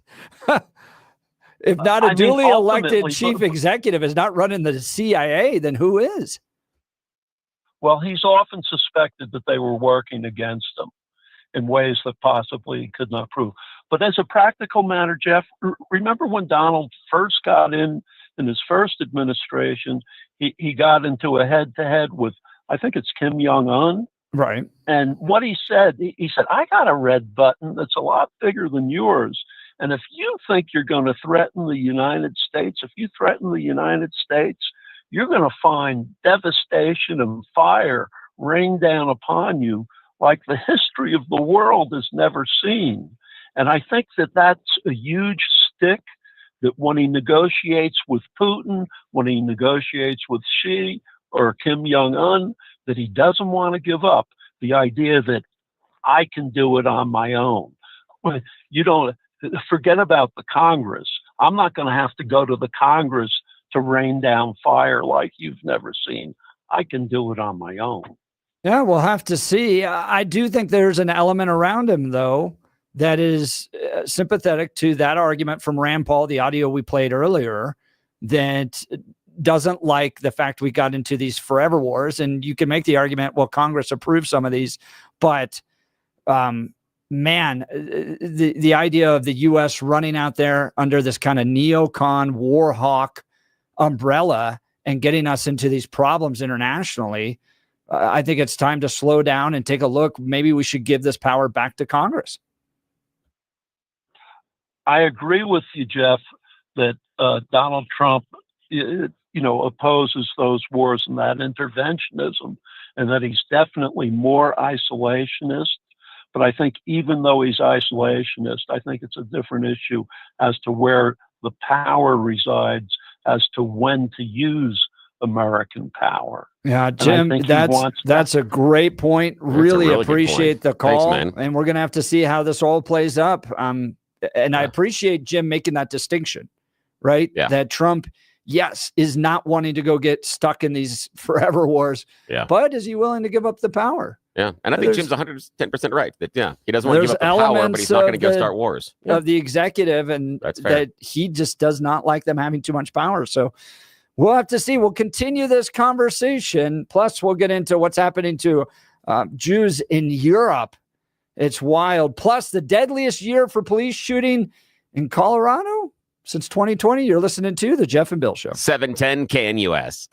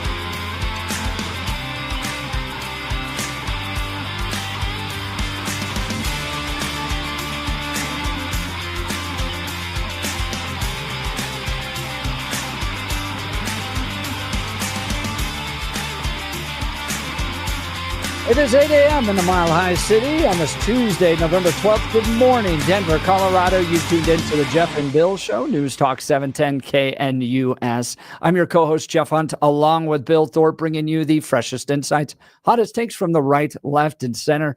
Congratulations. You're waking up and off and running the greatest country in history. We're gearing up for a whole nother hour of engaging discussions, critical analysis, but most importantly, your calls and texts, because this is where Denver's voice is heard loud and clear.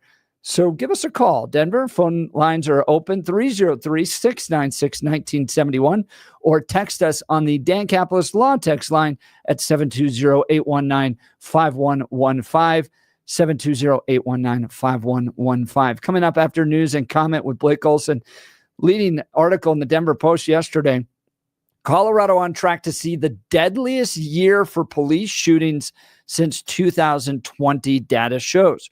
So far this year, 36 Coloradans have been killed by police and another 20 have been injured. What is behind all this? Is it the rise of crime in our communities?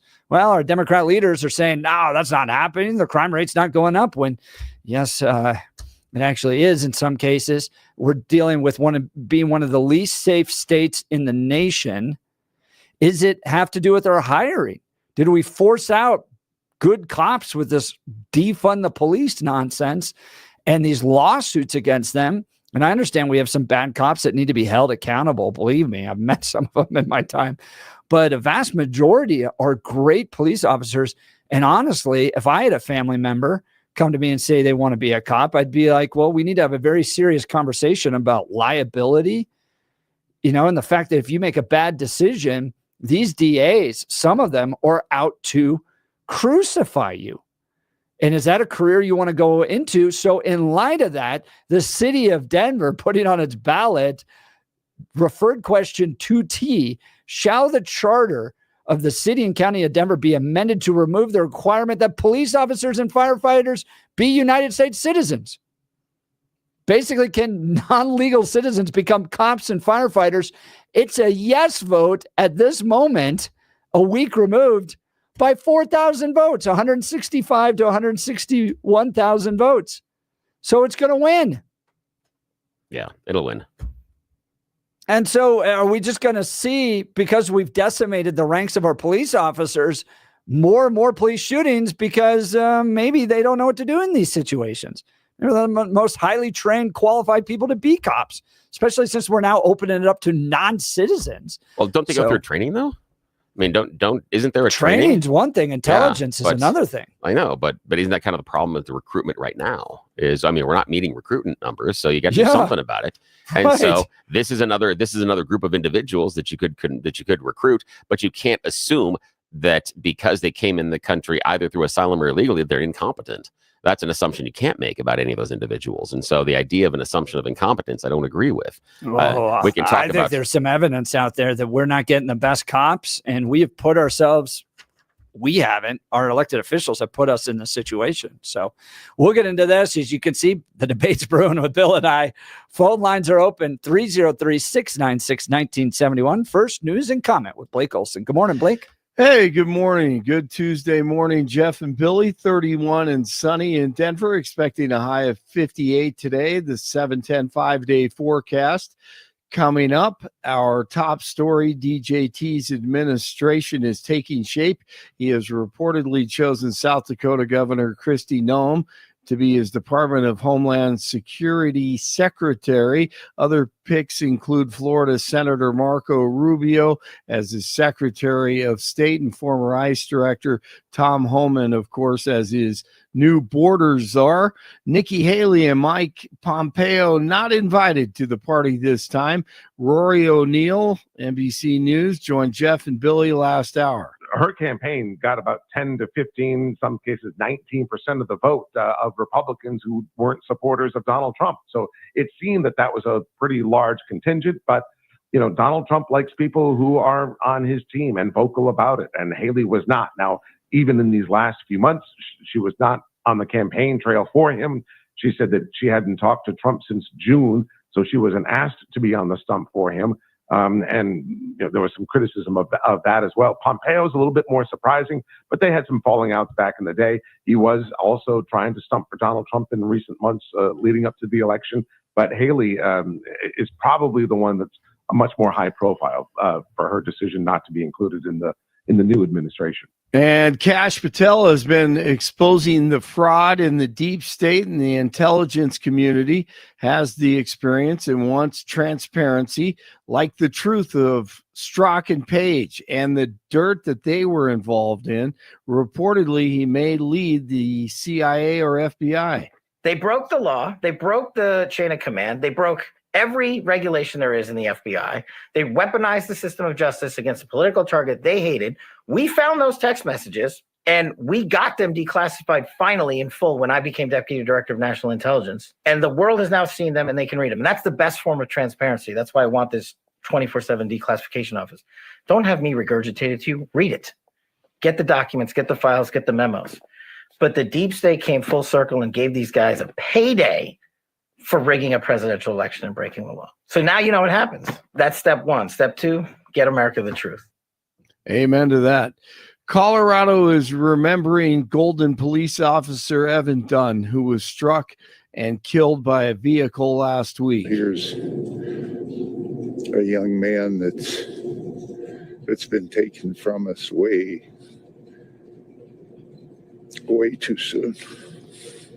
That's Tom Hoffman, a veteran in Golden, who stopped by to pay his respects Monday at the memorial set up outside the department. The memorial service for Officer Dunn will be held tomorrow.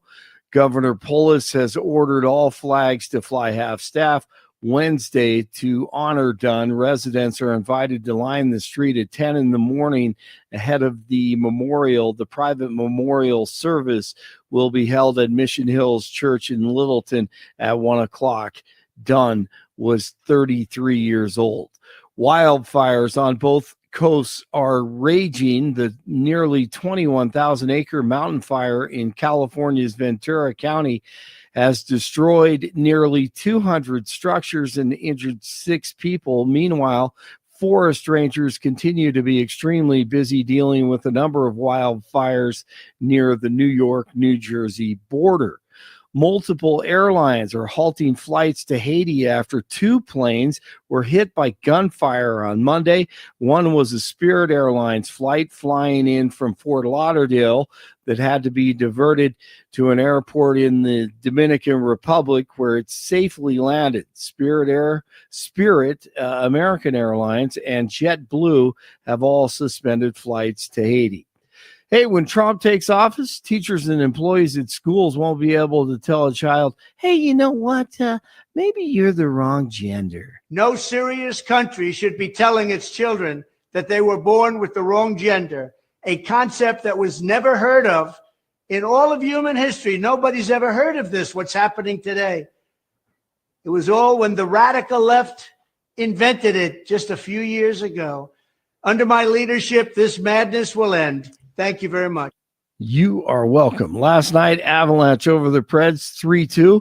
Dolphins over the Rams. Monday Night Football 23-15. 29 in Brighton, 30 in Lakewood, 31 in Denver. Jeff and Billy continue. It's Tuesday. Blake Olson, News Talk 710 KNUS. It'll be a quiet day along the Front Range. A quick-moving front, though, may impact us a little bit tonight and early tomorrow. Highs will be 50s, partly cloudy with increasing clouds as the day wears on. Tonight, mostly cloudy. There is a small chance tonight for a few snow showers as the front zips through, lows upper 20s. Cooler behind the front, upper 40s and low 50s, but sunny Wednesday, upper 50s Thursday and Friday. Weather sponsored by Colorado's Best Roofing, reminding you to protect your home from the harsh Colorado weather and schedule your free no-obligation roof inspection today at roofingcolorado.com. That's roofingcolorado.com. Meteorologist Don Day in the 710 KNUS Weather Center.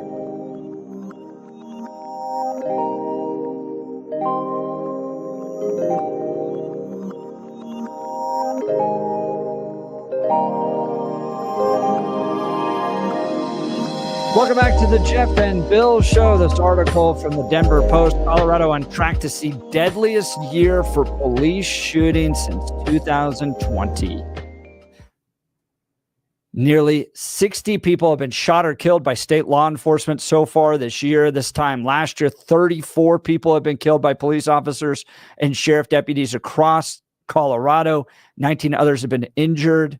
According to a data set compiled by the Denver Post, police have fatally shot 36 people this year and injured another 20, according to the data set. Now Colorado is only 8 police shootings away from passing last year's total entirely. If those 8 shootings are fatal, it will mark the deadliest year for Colorado since 2020, when police shot and killed at least 43 people, according to Mapping Police Violence. The national project tracks fatal police shootings across the country. Now, if you remember in 2020, this was like a big deal. You had the George Floyd movement, you had Black Lives Matter, you had defund the police. It was, we are going to take on systemic racism within our police ranks, and a lot of pressure was put upon police. I've talked to law enforcement since then, many guys just saying we're putting in our years to get our retirement pension, then we're out of here. It's terrible. I've talked to DPD recruiters who have said our recruitment numbers are way down. So you have a very serious question as to whether or not that whole movement made things better or worse. I remember there was a CU study at one point too that said violence within Black communities has gone up because of these defund the police movements. So it actually got worse for innocent people in urban communities as a result of what the left did to the police. Then last week, passing in Denver, referred question 2T, shall the charter of the city and county of Denver be amended to remove the requirement that police officers and firefighters be United States citizens? So we go down this defund the police effort. The left makes this argument that there's systemic racism within our police ranks. We demonize our police. You end up with more innocent people in urban communities suffering. Police can't make their recruitment numbers. You have a Denver mayor's county cutting funding from police in order to feed his little illegal immigration project, cut $10 million there. So now are they at a place where they're trying to get non-citizens to serve as police officers? Are we going down this path of just continuing to ruin our communities because of these progressive ideologies? Gabe has a text message here. As Denver and DK hires illegals, I can see crime going down as the drug gangs plant their people in the ranks. We'll get more drugs and sex trafficking, but maybe the bus will go down. I'd love to hear from you. Is Denver on a track record of continued failure because of these progressive ideas? And was the election last week just a continuation of these? Let's go to the phone lines. Francis, Denver, good morning. Morning. Hey, guys. How's it going? Good. How are you? Pretty good. Hey, I don't like the idea of having a foreign national becoming a law enforcement officer. I'm less worried about it being a firefighter, just because these people have the ability to restrict movement, limit ability to exercise liberties that are given to citizens. And so I don't like this idea. My concern is that, is this just the reality now? Is that, can we not fill posts? Are these people filling jobs that Americans just won't do anymore? Is that what we're talking about? And it's just migrated from working in fields and working in slaughterhouses to working in law enforcement? It's pretty tragic, really. Can you imagine a non-citizen popping some veteran after a long night at the VFW for a Dewey? I don't know if that would go down well. I mean, I just don't. I think that's going to run into a lot of problems. Well, I don't know. Yeah, I mean, Francis, you bring up great points. When we hand somebody a badge, we are deputizing them and giving them the force of government to restrict people's rights to benefit the safety of the common good, right? That's essentially what happens when somebody becomes a police officer. You're given a tremendous amount of power. But Francis, I'm not that old. And I remember 2020 when it was all about the failure of training, the systemic problems we have within our police departments. And the result was not, we need to put more money into our police officers. We need to go out there and recruit the very best. We need to be on the best college campuses going, this is a great career for you and your family. It was the exact opposite. The progressives, led by George Soros funded DAs, in this country, went after the police. They sought to defund the police. They raised money to get these rioters out of prison, these kind of bail operations that were taking place. You had the reduction in penalties that took place with DAs all across. They went the exact opposite. And I've heard from police officers after police officers that are like, this job is not worth it. I'm going to end up in prison. I could lose my family. If I had my son come to me, Francis, I'm being perfectly honest. If my son came to me and said, I want to be a cop, we'd have a very serious conversation about it. Not because I don't trust him. It's because I don't trust the system. And now the answer is not, well, let's go out there and try to fix these problems. The solution from all these wackos is to put illegal non-citizens in to be police officers. Give me a break.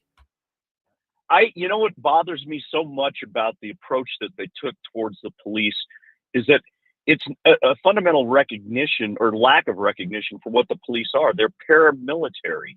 and you have to give them the ability to act in a paramilitary fashion, or else they cannot do their jobs. And instead, we kind of want to turn them into almost some form of social worker or a social worker with a badge and a gun. And it doesn't work that way. That's not their job. And I cannot, my big concern is that, honestly, yeah, I would have a serious talk with my son if he wanted to be a cop for all of these same reasons, is that what society has basically done to the police is like, bid thee make bricks without straw. I mean, that's what they're having them do. And so, you can't do your job if you just neuter them. It's not how it works. That's not the job description. I don't know. It is frightening. I get the idea of maybe I've always thought that an answer in part to illegal immigrants in the country, rather than the lack of reality in saying deport them, is to allow them to perhaps find a path to citizenship through military service. And maybe some sort of paramilitary service isn't such a bad idea if they're properly trained and given the ability to do what they can do. I just don't, I don't think that because of immigration status, they're not able to perform this job. They're able to perform this job. It's a matter of whether or not we're giving them tools to perform this job. That's the fundamental problem. Now, this is interesting, Francis, because of what you were talking about, the path to citizenship through the military, but you're more reticent to give him the path to citizenship through the police officers and serving as law enforcement. This may be unfair, but are you saying that your decision-making process just comes down to who they're pointing the guns at? Yes, that's just reality again. This is just dealing in reality. Now, here's the thing, Francis. Do we think? Now, the question I've got is, and I appreciate the honesty there about the idea that you're okay with them pointing the guns at people that are outside our country, but you're not okay with them pointing the guns to people inside our country. Tell me why or what you believe is the difference in the decision-making process. Because if you believe they can be trained and they can fulfill a role in our U.S. military, why could they not be trained and fulfill a role inside of our police officers? Okay, let me dissect it just a little bit here, Bill, is that I think they can be on both accounts. I don't think that that's a problem. It's not a barrier of can they. It's a barrier of should they. And here's why. I also deal in reality with what the military is there for. And the military's primary purpose is to break things and kill people when necessary. They're not social workers with a rank. And so I have no problem with an illegal immigrant finding a pathway to citizenship in that role against non-citizens that are our enemy. I have a huge problem with it, I guess marginally huge problem with it, when they're pointing guns or doing paramilitary activities against citizens in the country. Okay, so it's a different environment. I totally agree. And this is what I find interesting based on your conclusion, that you're okay with the U.S. training migrants, legal or illegal, to be trained killers, but you're not okay with them being trained to be law enforcement officers that may contain some social work.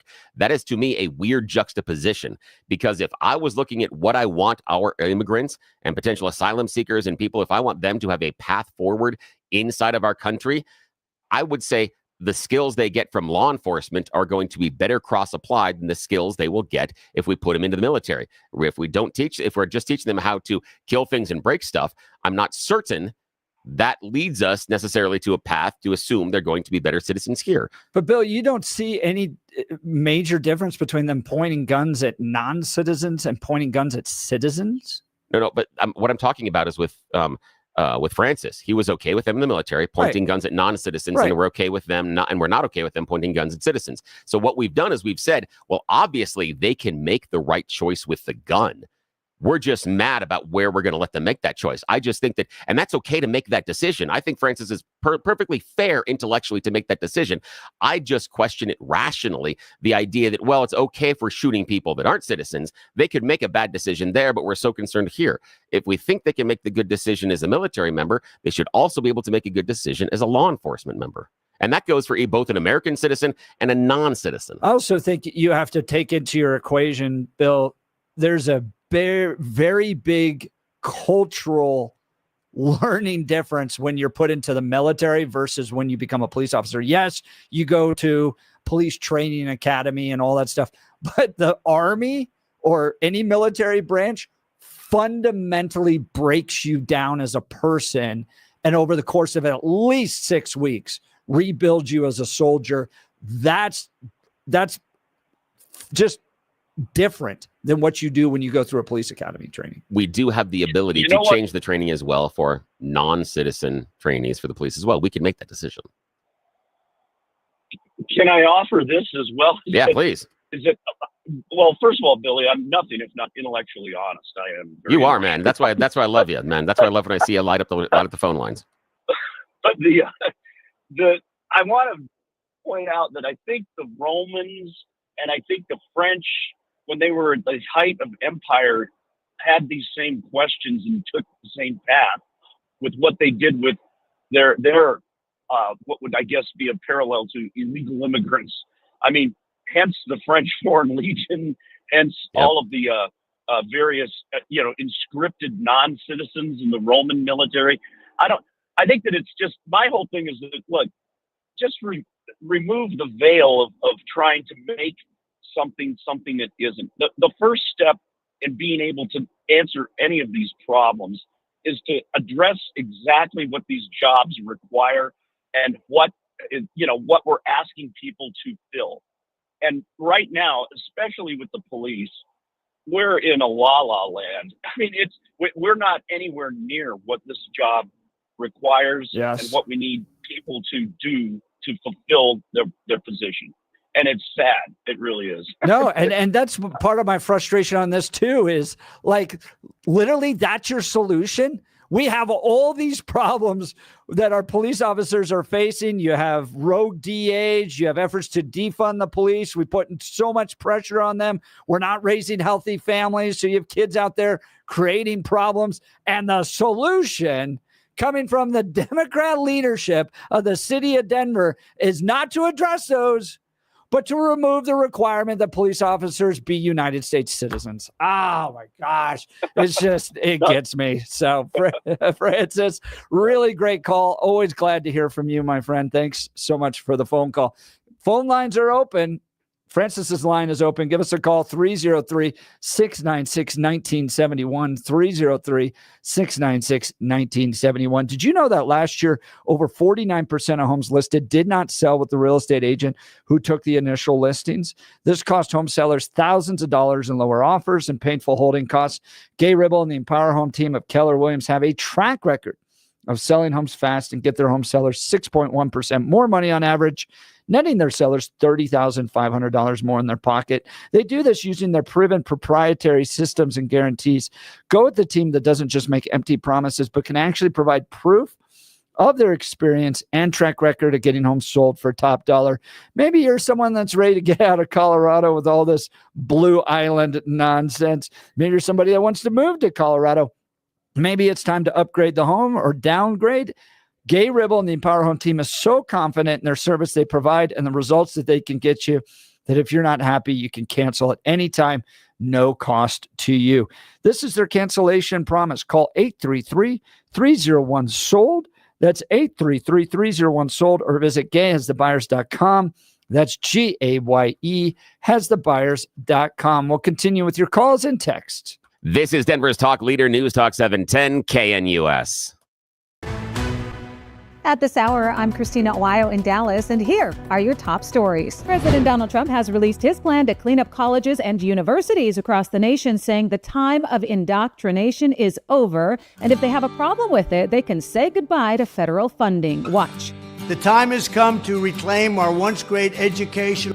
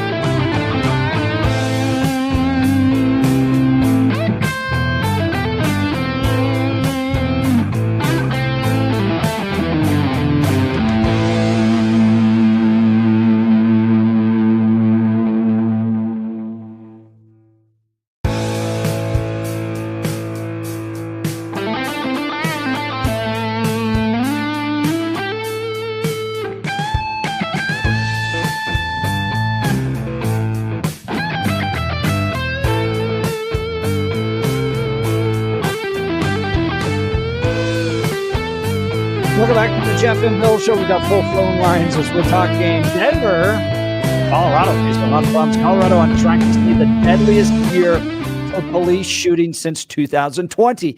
I raised this question because all the reform efforts following 2020, BLM, defund the police, taking away qualified immunity, all of that stuff was an effort to reform our police. Okay. Well, I have one metric here that shows that police shootings aren't going down. In fact, they may surpass 2020. And then I talk to my friends who are, I go to these back the blue events because I love our law enforcement. I'm so grateful for who they are. And I talk to recruiters for DPD and others who are like, oh, it's bad out there. We're not hitting our numbers. We're lowering the threshold. And my real serious question in all this is, are we doing the right things necessary to get the most qualified people to become police officers? Because everything that the left has done to weaken the blue, in my opinion, have led me to a place where I wouldn't be comfortable putting my own son or daughter into a role as a police officer. We'd have very serious conversations. And it's not because I don't trust them. It's not because I don't respect the profession. It's because I think the forces, particularly the political forces out there run by the progressive left, have made it so bad that it's not a viable career anymore. You could lose your life. You could go to prison. You could lose your family. You could be prosecuted. My goodness, it seems like you could be crucified at this point by these progressives. And then what does Denver do? Lo and behold, they come along and 165,000 of Denver's voters vote to remove the requirements to become a police officer that you need to be a United States citizen. It just seems like we're just running down crazy trails, not actually solving these problems, and Denver's going to get worse as a result of it. Give me a call. Tell me where I'm wrong. Let's go to the phone lines. Mark, Aurora, good morning. You're on the Jeff and Bill Show. Morning. Hi. I just think that you can't take that oath of to swear and defend to uphold and defend the Constitution and not be in immediate conflict. Have to deport yourself. And that's a good point. And then, well, where do they go with having a gun? I heard they were going to make an exception so they could have it just at work, but I don't know why the name sticks in my head. This Alex Woods got a domestic violence charge, and he fought it all the way and could not stay as a police officer because he couldn't have a gun. So why wasn't that exception carved out for him? I mean, that's what he had done previous, wasn't it, for Alex? And so the domestic violence things. And so if he's pulled as far as his ability to have a gun. And the weird part is Jeff and I, this is really strange, the fact that you bring this up, Mark. Jeff and I just the other day were having conversations behind the scenes about the Constitution and what rights it does grant to people even here in the country illegally. And I believe that the U.S. court has said that the Second Amendment also applies to illegal immigrants. Yep. So they are allowed to have a gun. They're allowed to possess a firearm. Huh. I'd heard different, but I guess I really don't know. I've never heard any kind of strong argument either way on that. Just kind of oh no, they can't. And here's the argument, Mark. Here's the core of the argument that might help you understand. And this is where it really centers around. And again, I'm going to get the details wrong, but the kernel of the argument is really focusing on the idea of due process, saying that if you are in this country illegally, you do not forfeit your right to due process. That means that if we're going to deport all these people, they are allowed a hearing. They're allowed due process. Just like if they are accused of, let's say, basic theft. They run into a store and they grab a bunch of stuff and they run out, or they break into your car. They are still allowed due process and have to go through our court system and can be sentenced. We don't get to pull out a gun and just shoot them and go, oh, sorry, it was illegal. It's okay. Capital punishment for shoplifting is okay because they're an illegal. They don't get the same protections under a Constitution.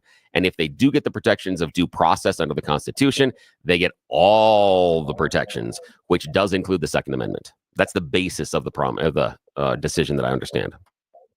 Well, here maybe I've thinking about that a little bit harder here, I think maybe it was actually legal immigrants that it was said they couldn't have a gun.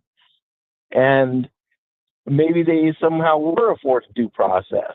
I just haven't checked into it too much. I know of at least one illegal immigrant that has a gun. He's put it on Facebook. So yeah, and there are a lot of people, and there are a lot of criminals out there that we know shouldn't have guns, and we saw the types of guns the Venezuelan gang members were running around with. Yeah. So even if they're not guaranteed the right to the Second Amendment or the Constitution, as you outlined, Mark, correctly, it doesn't mean they can't get their hands on the guns. So what about this, man? I want to ask you about this. I understand the idea and the difficulty we have with having non-citizens, regardless of immigration status, be police officers. Are you okay with them serving in the military as a path to citizenship? What's your feeling on that? No, why not? I'm not. We got the Simpson bill, and it says for them to become citizens, they have to come into this country legally. They can't do it from within the country. I don't like the idea of military service. We're trained it's exactly like you were saying. We're trained to kill and break things. And that's the last thing we want in our society, is somebody else doing that. Hey, Mark. Okay, now let me twist this just a little bit, because, you listen to the show, you understand. I'm not doing this based on this is how I believe, but I find the question interesting and based on your response. So again, I'm not throwing rocks at you. I'm just exploring this. This is nothing more than an intellectual exercise between you, myself, Jeff, and our listeners. So what if I made the argument that the reason we should allow those immigrants, legal or otherwise, into the military is because who else shows the fact that they want to be an American citizen so bad that they are willing to put their life on the line? Isn't that the largest and best sacrifice any American can make? And if an illegal immigrant or an asylum seeker or anybody else is willing to also do that and to defend our flag, shouldn't we then welcome them in with open arms? What do you think about that? Well, I guess I look at it this way. I think this is going to sound rough. No, it's okay, man. Go for it. There's a small percentage of the military that really jumps out in harm's way. And that has, it's typically been rural white guys. And what we're going to get is somebody that's an illegal immigrant. They're going to get in. They're going to either do that and get, great training on how to kill people, but then they're going to leave the military and take a bunch of benefits with them. And if they don't, then we get somebody that's like the projectionist. They can run videos or movies or whatever better than anybody in the world to show combat plans to the rest of the Army. And they didn't, I honor the veterans, but they're all a piece of the machinery, but they didn't put their life in harm's way, and they knew they weren't.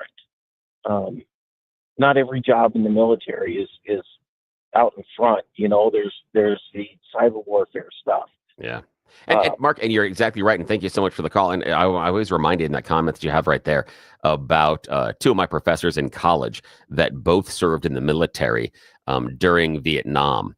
And one of them saw combat. The other was stationed at a lighthouse in Scotland.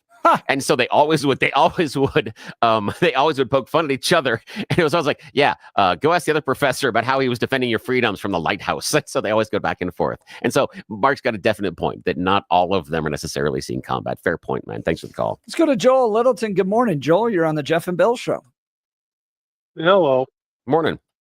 I'm going back on years back that the UN or I don't know what administration, but the left wanted the UN to be able to come in and take our guns. Yeah. To disarm the American citizens. And now what kind of people are we getting in to take? I'm just afraid they'll lead into taking our guns that way through letting foreigners come in and take our guns. Yeah, is this another step by progressives towards open borders, one world government? I used to work at the United Nations. I defended persecuted Christians there and would go to the UN in New York and Geneva, and they have a big gun statue outside of the New York United Nations where it's like tied up in a knot. So this notion of the United Nations is going to get rid of all of your guns. I mean, at this point, it looks like it passed. So Denver will be able to tap into non-citizens to become police officers and firefighters. I guess I don't think it's right, and I'd love to get your perspective on this, Joel, that somebody who is not a citizen can remove the rights based upon swearing upon fulfilling the duties and obligations of the Constitution, can remove the rights of a citizen. Like, it just seems like, yeah, to your point, we're kind of back into this global one world order, one border, no border type of thinking. No, I agree with that. Exactly what you said. I don't like it. I don't approve of it, but obviously, I didn't have a say in Denver. I live in Littleton. I would argue it with Littleton, but it's going to end up coming through all the counties through the state, and it's going to chase me out of the state. I was going to ask you, that was going to be my next question, Joel. What's the point of a conservative staying in Colorado at this point? We're this blue island. Kyle Clark's out there celebrating we're this great blue island. Yesterday, Jared Polis was talking about how we are the number one place for people from Texas to move. And if you looked at the last elections, Texas got redder. So all the progressives and libs are moving out of Texas to Colorado. They're moving out of Kansas to Colorado. They're moving from California to Colorado. We're becoming this kind of crazy progressive state. What's the reason for a conservative to stick around here at this point? Really, I don't think there is.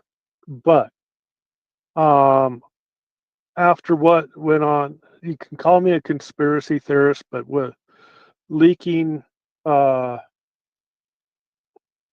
passwords, how long did that go on? What did it really do? Colorado is really blue as it appears, or have, call me conspiracy, but is it as blue as they say it is? Yeah, you got a great point, because we now have four congressional Republicans. Four of four. But have they been taking away our rights over the years by doing this stuff that we never got caught with? And Joel, and I did take a look when you're talking about the UN thing. It sparked something in the back of my head, and I jumped on the magic Google box and looked for a sec. If it's the document that I believe you were referencing, that's 2010, 2013-ish, right around in there, talking about the UN and coming in to take guns, that was a farce. It was never anything that was actually proposed by the UN, nor was anything proposed by the US. If it's the one that I'm thinking of, I could be mistaken. There could be something else, but that was not, didn't actually happen, or wasn't actually a legit proposal by anybody in charge. The question I've got for you, though, Joel, real quickly, is if we are talking about people that are immigrants that want to come in and want to be Americans and want to live by what we believe is American society rules and regulations and adopt American culture, what could you imagine being more American than saying, I want to be part of the U.S. military or part of U.S. law enforcement? I would submit to you, Joel, that those are the people that are trying to be the most American. And shouldn't we then allow those immigrants possibly a path to citizenship, since they seem to be embracing the flag? What do you think about that? No, I agree with what you just said. I'm not arguing that. I think, they do want to become citizens. But what kind of background checks are we doing on them before we allow them to become officers or first responders? Joel, that's good, man. Are they going to be the guys with the guns breaking in Aurora? I know it's only 1 or 2 apartment buildings in Aurora, but what kind of people are we getting? Dude, that is fantastic, Joe. I'm really glad that we can end the conversation there on that, because I think you're 110% right. Because here is the weakness in the idea for what I'm thinking about. If we're talking about illegal immigrants and migrants coming in here and whether or not we want to make them part of the military or part of our law enforcement, is there are countries in which we do not have good relationships with. One of those right now being Venezuela. Oddly, where all the gangs are from.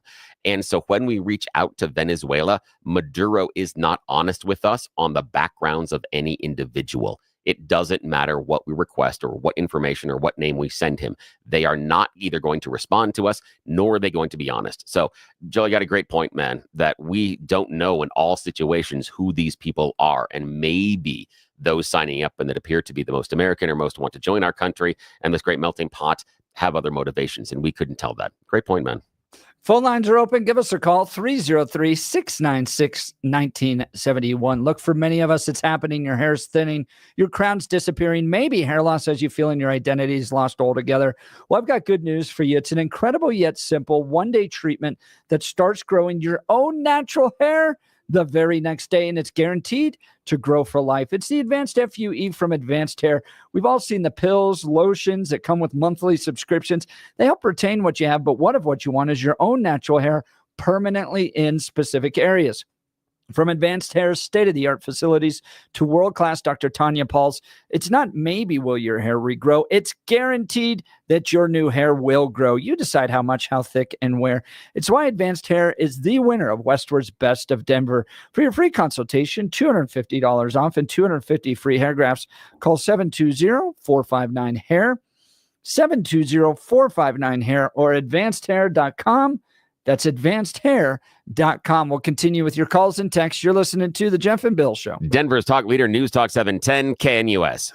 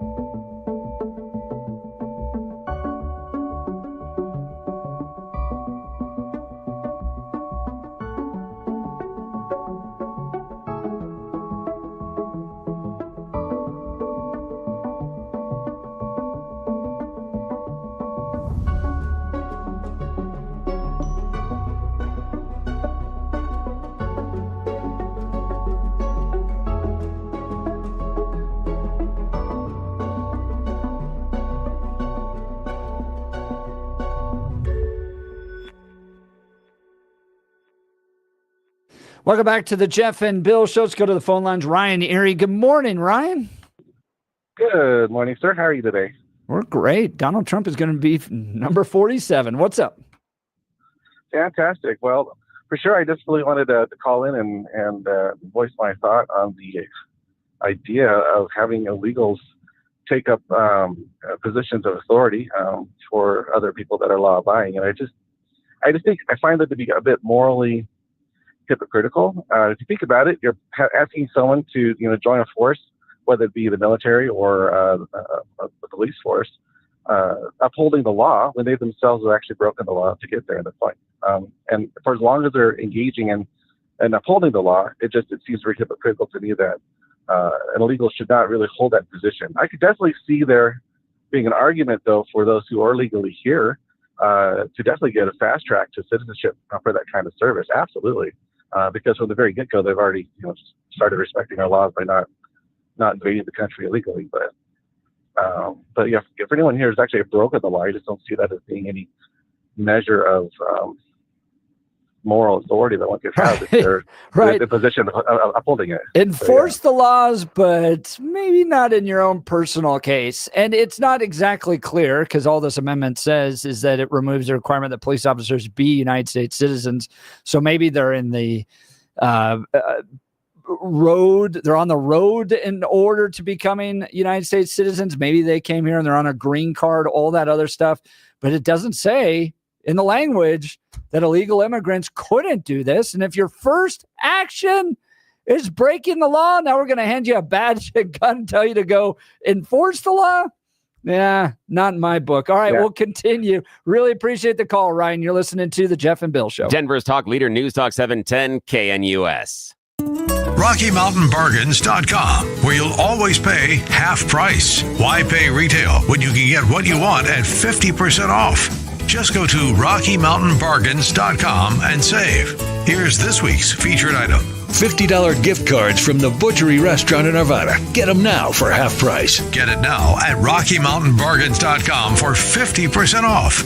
RockyMountainBargains.com, where you always pay half price. Restrictions apply. Go to RockyMountainBargains.com for complete details.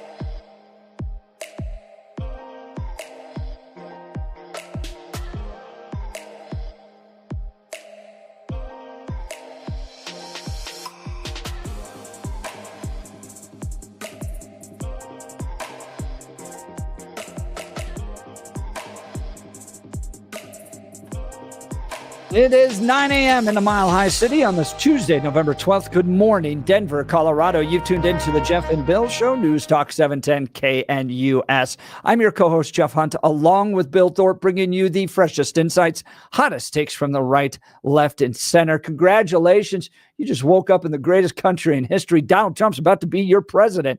Let's get out and get some work done. We've got an entire hour for you planned of engaging discussions, critical analysis, but most importantly, your phone calls and texts, because this is where Denver's voice is heard loud and clear.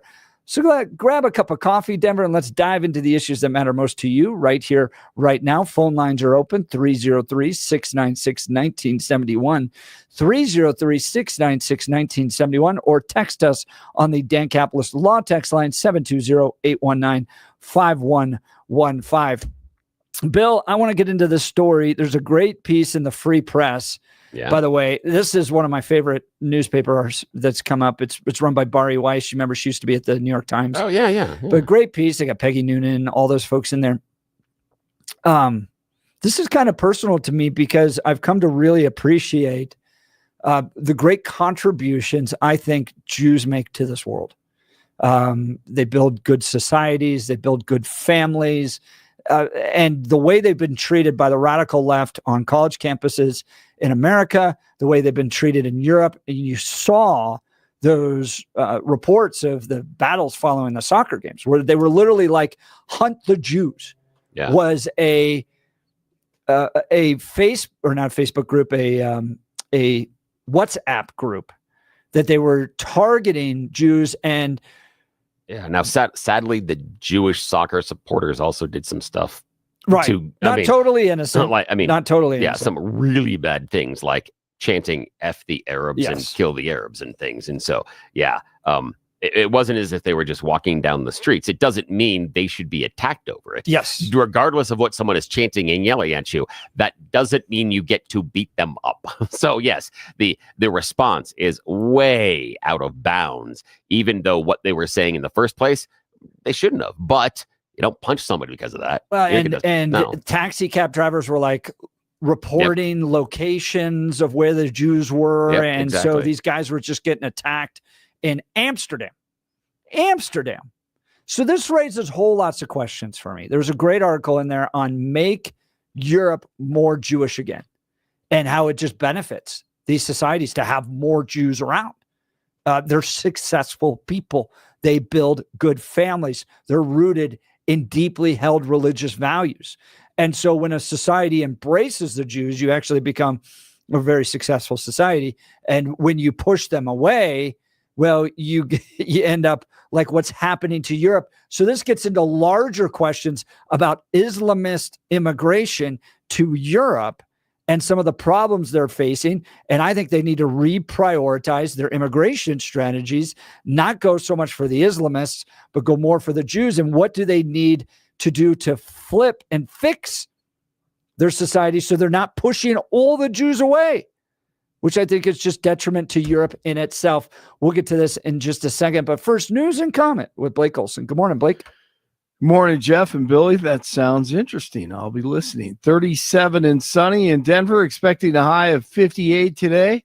The 7-10 5-day forecast coming up. Our top story, Senate Republicans will select their new leader tomorrow. South Dakota's John Thune, John Cornyn from Texas, and Florida's Rick Scott, all vying to be the party's leader in the upper chamber. They're looking to replace Kentucky's Mitch McConnell, who's stepping aside as Republican leader. This comes as Congress returns today after a month-long recess. Thune and Cornyn didn't exactly support DJT during his campaign.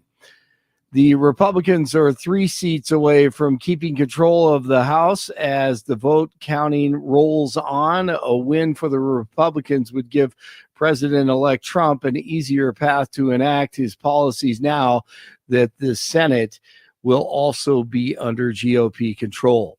A judge is pausing proceedings related to the campaign derailment case led by Judge Mersham. Remember that one?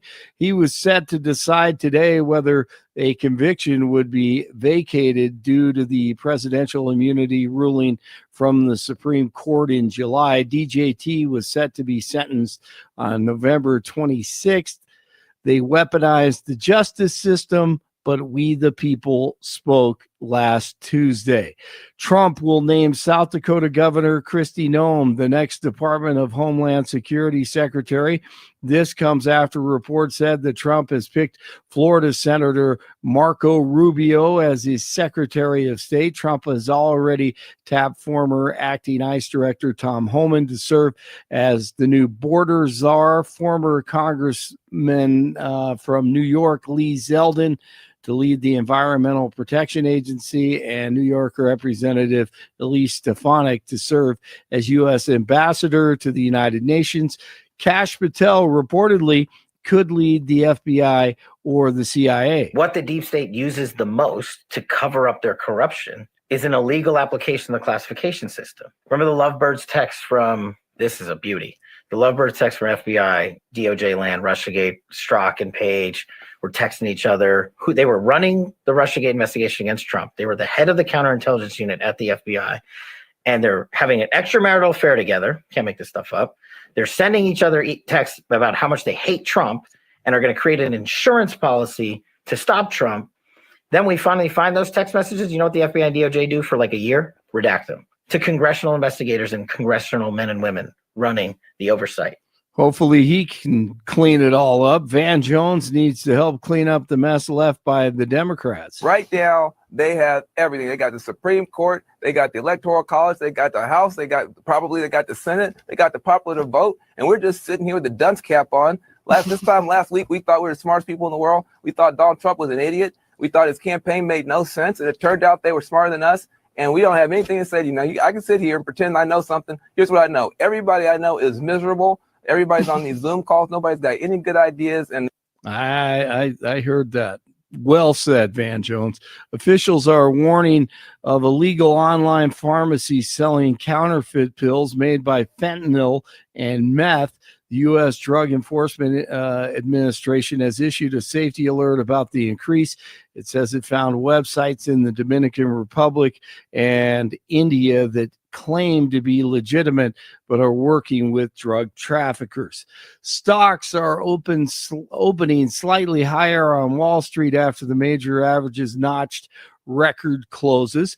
An update on the college football playoff rankings will be released tonight. The first iteration saw the top four include Oregon, Ohio State, Georgia, and Miami. In that order, it's going to change it up tonight, though. Top 12 was rounded out by Texas, Penn State, Tennessee, Indiana, BYU, Notre Dame, Alabama, and Boise State. This year marks the first of the 12-team playoff bracket format. The rankings release at 6:30 Denver time tonight. 33 in Lafayette, 35 in Aurora, 37 in Denver. Jeff and Bill continue on Tuesday. Blake Olson, News Talk 710 KNUS.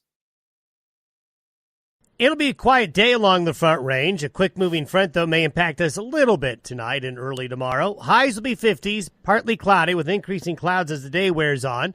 Tonight, mostly cloudy. There is a small chance tonight for a few snow showers as the front zips through, lows upper 20s.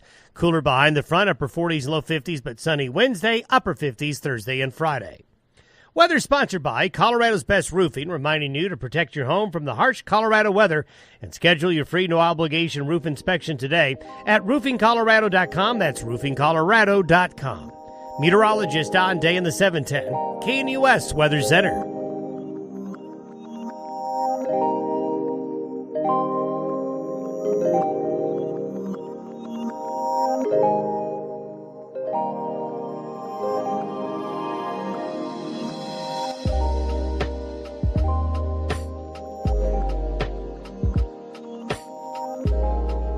Welcome back to the Jeff and Bill Show. I've watched this growing anti-Semitism on college campuses. Yesterday, there were protests on Columbia's campus again against the Jews.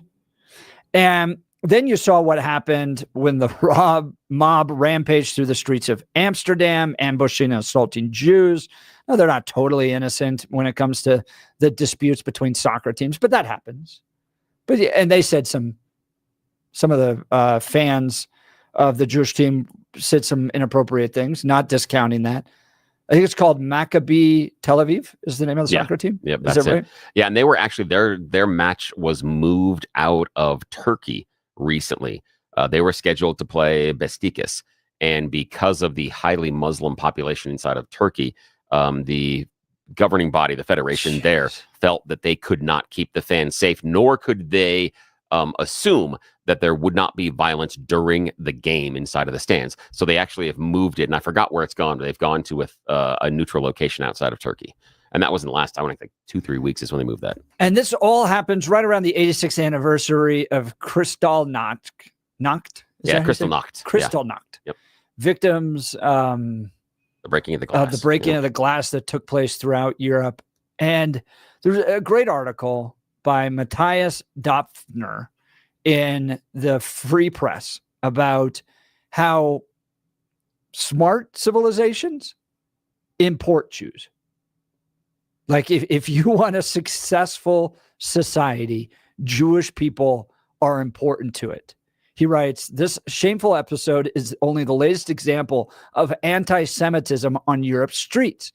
It is a disgraceful consequence of the irresponsible migration policies that is equally receptive to Islamists and Holocaust deniers. Violent incidents have become more common since October 7th, 2023, and the already shrinking population of European Jews is set to decline further as many Jews in the Netherlands, in France, and in his country, Germany, are considering emigrating. The decline in Germany and Europe more generally is greeted with a shrug. Such complacency is shameful, particularly in Germany. The country can never make up for its historical guilt, but it could help ensure that history doesn't repeat itself. Not only should Germany be working to persuade Jews to stay, we should throw open our doors to Jews who want to move here. And he goes on to explain. As the world becomes increasingly anti-Semitic, Germany could attract some of the greatest talent in business, science, the arts, and technology. This would send out a signal against anti-Semitism globally and also be an extremely effective program to boost the well-being and prosperity of Germans. Were Mecklenburg-West Pomerania, a federal state in the east, as large as Israel, it would become a preferred immigration area for Jew migrants. He would wager that within 10 years, it would have some of the best universities, the greatest density of startups, the lowest employment, the highest per capita income in the country. In short, it would become a flourishing landscape. And I read this article and I just go, yeah, like for the health of America, for the health of Western Europe, Jewish populations bring a tremendous amount of value to these communities. I was helped market a book called Startup Nation years ago, written by Dan Sanyeri. You see him oftentimes on the news, but it was all about how some of the greatest tech companies are coming out of Israel. Places like, or apps like Waze, for instance, came out of Israel. WhatsApp has come out of Israel. They have such little resources, and yet they produce so much. And when I look at the anti-Semitism happening on college campuses, when I see these attacks that are happening in Europe, and I agree with this author that there's just this kind of shrug that takes place from our leaders. And I think not only to the unfair treatment of Jews that takes place in this, but to the detriment of their own communities. They're making Jews uncomfortable to live in these countries, in America and in Western Europe. And I just think that's wrong. I think they provide a tremendous amount of value.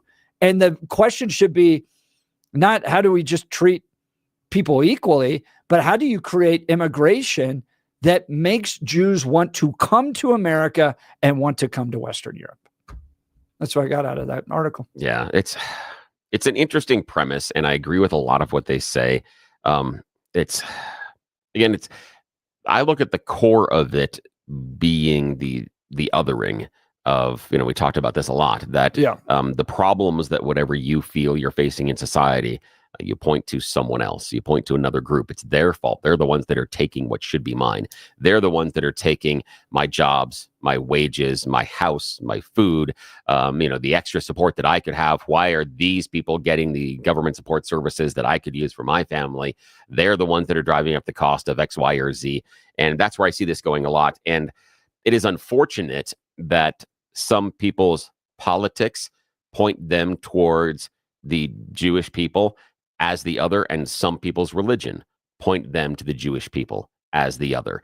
And for me, the Islamists that we've seen in Amsterdam and the ones that we've seen protest around the country, they are using their religion as an excuse for their anger and hate. It gives them a pass and allows them to do this. Like if we go to Germany, with Germany, it's the far right. It's not liberal Islamists that are coming in. In fact, it's very conservative Islamists, but also very conservative white people that are in there. The far right inside of Germany has gained power recently, and not a lot of it, but enough to make it worrisome. And they've even outlawed language that goes against Jews. Like Yiddish or something? No, it's what do they call? No, it's the idea of any hate speech, and they've got real strong hate speech laws about Jews this, Jews that. You can't do that in there, and you'll be charged with it.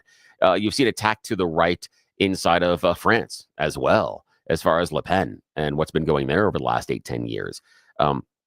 For me, the Muslim religion is, the dominant religion. It's the largest on the planet, second with Catholic or Christianity, and just the sheer numbers, because of the volume, even if it is a very small percentage that have this view, because of the larger number that exist, it's going to be a huge number of people. Yeah, I do think it's a small percentage. And only because, here's the idea, because of how many people believe in Islam around the world, if this really was a goal of theirs, we'd have fights everywhere. We'd have marches everywhere. We would have them taking over countries everywhere. If this really was the goal of what the religion wanted, that we have to absolutely persecute the Jews, yeah, absolutely. You would see that turn. Universally, but I believe it's people like the power brokers in Iran, and again, it's I always forget Sunni Shia. It's the Shia side, I believe, that is the more anti-Jewish than the Sunni side, if I remember my international politics correctly, because Sunni is Saudi Arabia, Shia Iran, I believe, and I could get that backwards because I'm an idiot. But the Iranians, they're the ones that are the Hamas, the Hezbollah. Those are the people that they're going after. And it is the idea that the Jews must be wiped off the planet. But they're using their religion to get them there. That's not the shared view of, in my opinion, the vast majority of those in the Islamic world. They do believe that Islam should be the path and the way forward. Yeah. But they're not into the idea that all the Jews around the planet need to die. But there are a large number of them simply because of the size of the religion. Do you think we're still in this belief in this culture that all cultures are equal? Like, that you can't criticize some cultures out there that's considered bigoted or something like that? Depends. And I think that's a difficult proposition because it depends on what you talk about criticize. Yeah. And you can talk about criticize as far as, but when it becomes denigrate, I think that's the line that you have to be careful and walk. But can you make immigration decisions? So for instance, can Western Europe and should Western Europe say more Jews, less Islamists? Okay, how are you? Okay, here's the question though: is how are you defining Islamists? Because I mean, my statement is I think that Jews is different than Islamists. Because for me, and you may be using it this way, and I don't know if you're not right, so I don't want to assume. But the idea of Islamist being someone that is closer aligned to the viewpoint of Iran, Hamas, Hezbollah, rather than just being a follower of Islam. Yeah. So good question and an important clarification. Somebody that would be comfortable or at least advocates or supports Islam as a force for governing. Right. Oh. So I want to create little Islamic neighborhoods. I want Islam to be a force in the laws that we write. I want Islam to be like the guy I interviewed at the DNC. He's like, no, this is the one true religion. It rules. But see, I would put him into the side more of Islamist. I don't view people that... Yeah, I would put that's an Islamist but in my mind. The thing for me is I don't put someone that is a follower of Islam and that person even getting into our governmental system and saying, I am guided by these principles that I see in Islam, and this is how I'm going to, and this is how I'm going to make these decisions this way. They're still willing to embrace a secular government. Yeah, I don't see any problem with that per se. But when it is just like I have a problem with someone saying that what our shared faith in Christianity teaches has to be dominant and has to supersede what we have in the government. When we get to that, regardless of the religion, I'm uncomfortable with it. I'm super uncomfortable with the idea of any singular religion having to be the lodestone or North Star for a government that supersedes what happens inside of the government. So universally, I disagree are you with that. opposed, though, with the government looking at its immigration strategy, for instance, and going, well, Jews build really good societies. Look at Israel. It's a great society. They have good families. They tend to be successful in business and in the arts and in education. So we're going to prioritize them. I'm a little uncomfortable with that. Only because for me, it's again that broad generalization. Just like I would never have a broad generalization saying I question everybody that's a follower of Islam. I would need to have more indicators. And the thing that worries me is if we can say, well, the Jews are universally good at X, I think it allows someone else permission to say, well, the Jews are universally bad because of Y. And so that's what I'm worried about. I'm worried about that delineation inside of it. However, here's where I'll twist your mind a little bit, and you're not going to like this at all, but you may agree with me. And this is the fun part. Okay. So for our listeners, this is the fun part. I can get to a point where I can prioritize Jewish immigration based on what they've experienced in the past, based on past discrimination, based on the fact of the Holocaust, based on a bunch of other things that have been put in their past, and even things they are currently dealing with around the world. I can get to the point of saying, yes, I will prioritize them because of discrimination and what they faced in the past versus someone in the religion of Islam. I'm okay with that. But that seems like a super lib thing to do. Well, in many ways, it kind of is because it's the oppressor versus the oppressed type of worldview. Yeah, that's why I'm not totally comfortable with it, but I can get there. The bigger reason I want to bring this up is because the kind of woke mind virus that all cultures are the same, I think infected Western Europe. I think it infected some of our immigration policies here. It was the idea of open borders, let anybody in. And you ended up with these essentially like little breakdowns of society that took place where we have TDA, Venezuelan gangs in Aurora, because they're just people. I'm not going to judge you on your culture. I'm not going to judge you on how you got here. You're a human being. Welcome to America. And it created communities that were rejecting the Western civilizational traditions that made America successful. And so this woke mind virus that came into Western Europe said, we're going to bring in massive amounts of Islamists, maybe not all Islamists, but, we have some Muslims that have come into these countries, and now Western United States, or some Islamists that have come into these countries. Not all Muslims are Islamists, but it's created a place where Jews don't feel safe. And I think it was rooted in this belief that all cultures are the same. And they're just not. There are better civilizations than others. And I think you got to give credit where credit is due. You would not have Western civilization if it wasn't for the Jews. You wouldn't have, it is the lead up to the formation of Christianity.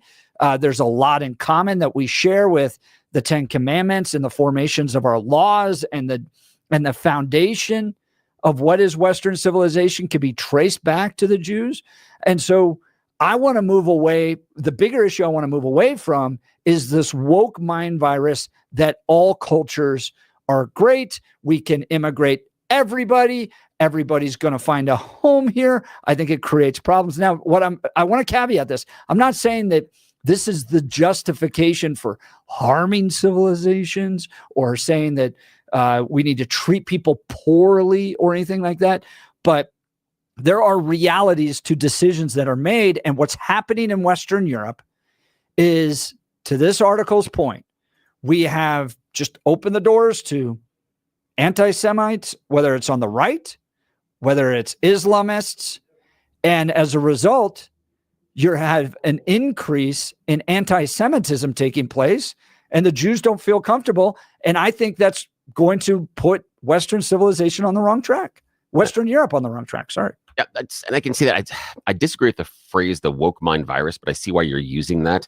And I also disagree with the idea that all cultures are created equal. However, the part that makes it difficult for me is I do believe that all cultures are allowed self-determination, and that we would object to how some cultures, and I would even go to things like possibly some of those small Amazonian cultures, or things that happen with tribal cultures inside of Africa, and even some things that happen in Central and South America. We may disagree with some of the things culturally that they do.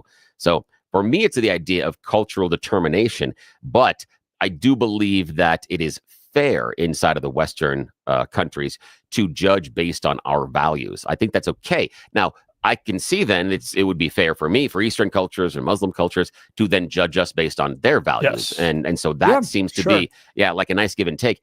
The weird part is, and this is the thing that really I have a hard time with when we talk about the idea of the anti-Semitism, because we do see it on both the left and the right. Right. And I'm not sure this is fair, but I think it's an interesting argument to put on the table at this point. And the idea of, if we go back to the previous Trump administration and the march in Charlottesville, those people, again, I'm not linking Trump to it. Okay. I just want to make that desperately clear. Yeah. The text messages are about to blow up. Exactly. I'm not saying he did it. I'm not saying responsible. I'm not even saying that Trump said there were fine people on both sides. None of that's right. Okay. So I'm not saying that. But what I'm saying is, in that group, I didn't see a lot of Muslims. Oh, that's fair. And that's the interesting part to me, is the cross section of where the anti-Semitism is, and the very, very, very strange bedfellows that creates. And I think that creates somewhat of a problem for Western cultures as well, because there already are some people inside of their nations that hold those beliefs. And then bringing in more people, whether they be Islamist, and that's not Muslim, but Islamist, as we've outlined, or even someone else, can give flame and fire to that. I looked, just out of curiosity, I looked inside the Netherlands as far as the amount of Jews that were there and the amount of Muslim citizens. I believe Muslim citizens inside somewhere around 5 million-ish, more or less, and about 120,000 Jews. So that's a vast difference. It's a vast difference of what you've got. And so 5 million that's different. to 120,000. I think that's it. It's either Amsterdam or it's Germany that I was looking at as far as the difference in value. So I can't remember. It was just earlier this morning. I'm going to go back and verify if that was either Amsterdam or Germany. But either way, it shows the difference in the size of the voice that is available in one community versus the other. Yeah. And I think we forget that as well, that many times the Jewish community has the smallest voice simply because they are one of the smallest sets of population. Right. Because we really did some awful things to them over the course of history. Some awful, awful things to them. The other reason I bring this up is because Trump's going to make immigration determinations. Yeah. Oh, that's a good one. I see where you're going with this. And we're going to end up with the, quote, Muslim ban all over again, and all that stuff that's going to come from the left. And so this is a question I have from our listeners. Does a country have the right to immigrate into its borders whoever it chooses? Can it create a list of going Indians? Yes. Pakistanis? No. Jews? Yes. Islamists? No. Does it have the right to self-determination with regards to whom it allows into its country? We'd love to hear from you. 303-696-1971, or text us on the Dan Caplis Law text line at 720-819-5115, 720-819-5115. Want to talk to you about my friends over at QC Kinetics. Did you wake up with joint pain this morning? Maybe you've been shoveling snow and it all hurts as a result of it. Does it hurt when you do even the most routine physical activities? Have they told you it's time for knee or hip replacement surgery? Stop what you're doing and listen to this. You deserve a life of comfort and ease with no surgery and no and no meds. At QC Kinetics, they can get you there. QC Kinetics is the nation's leader in regenerative cellular treatments for joint pain. This is an all-natural approach that harnesses your own body's healing properties to treat the root cause of your arthritic pain. Everybody's talking about this now. And it's so cutting edge. Joel here in our office playing more golf than ever. Maybe you want to get skiing this year. Maybe you want to go hunting. These protocols developed by QC Kinetics are life-changing for so many people. Tens of thousands of satisfied patients with more every day. Yes, you can have real lasting relief from chronic joint pain without drugs, without surgery, and without downtime. Discover your options with advanced regenerative medicine at QC Kinetics. The consultation absolutely free. 303-900-8986. That's 303-900-8986. With locations in Aurora, Superior, Highlands Ranch, and Colorado Springs. Phone lines starting to fill up. We'll get to them. You're listening to the Jeff and Bill Show. Denver's talk leader, News Talk 710 KNUS.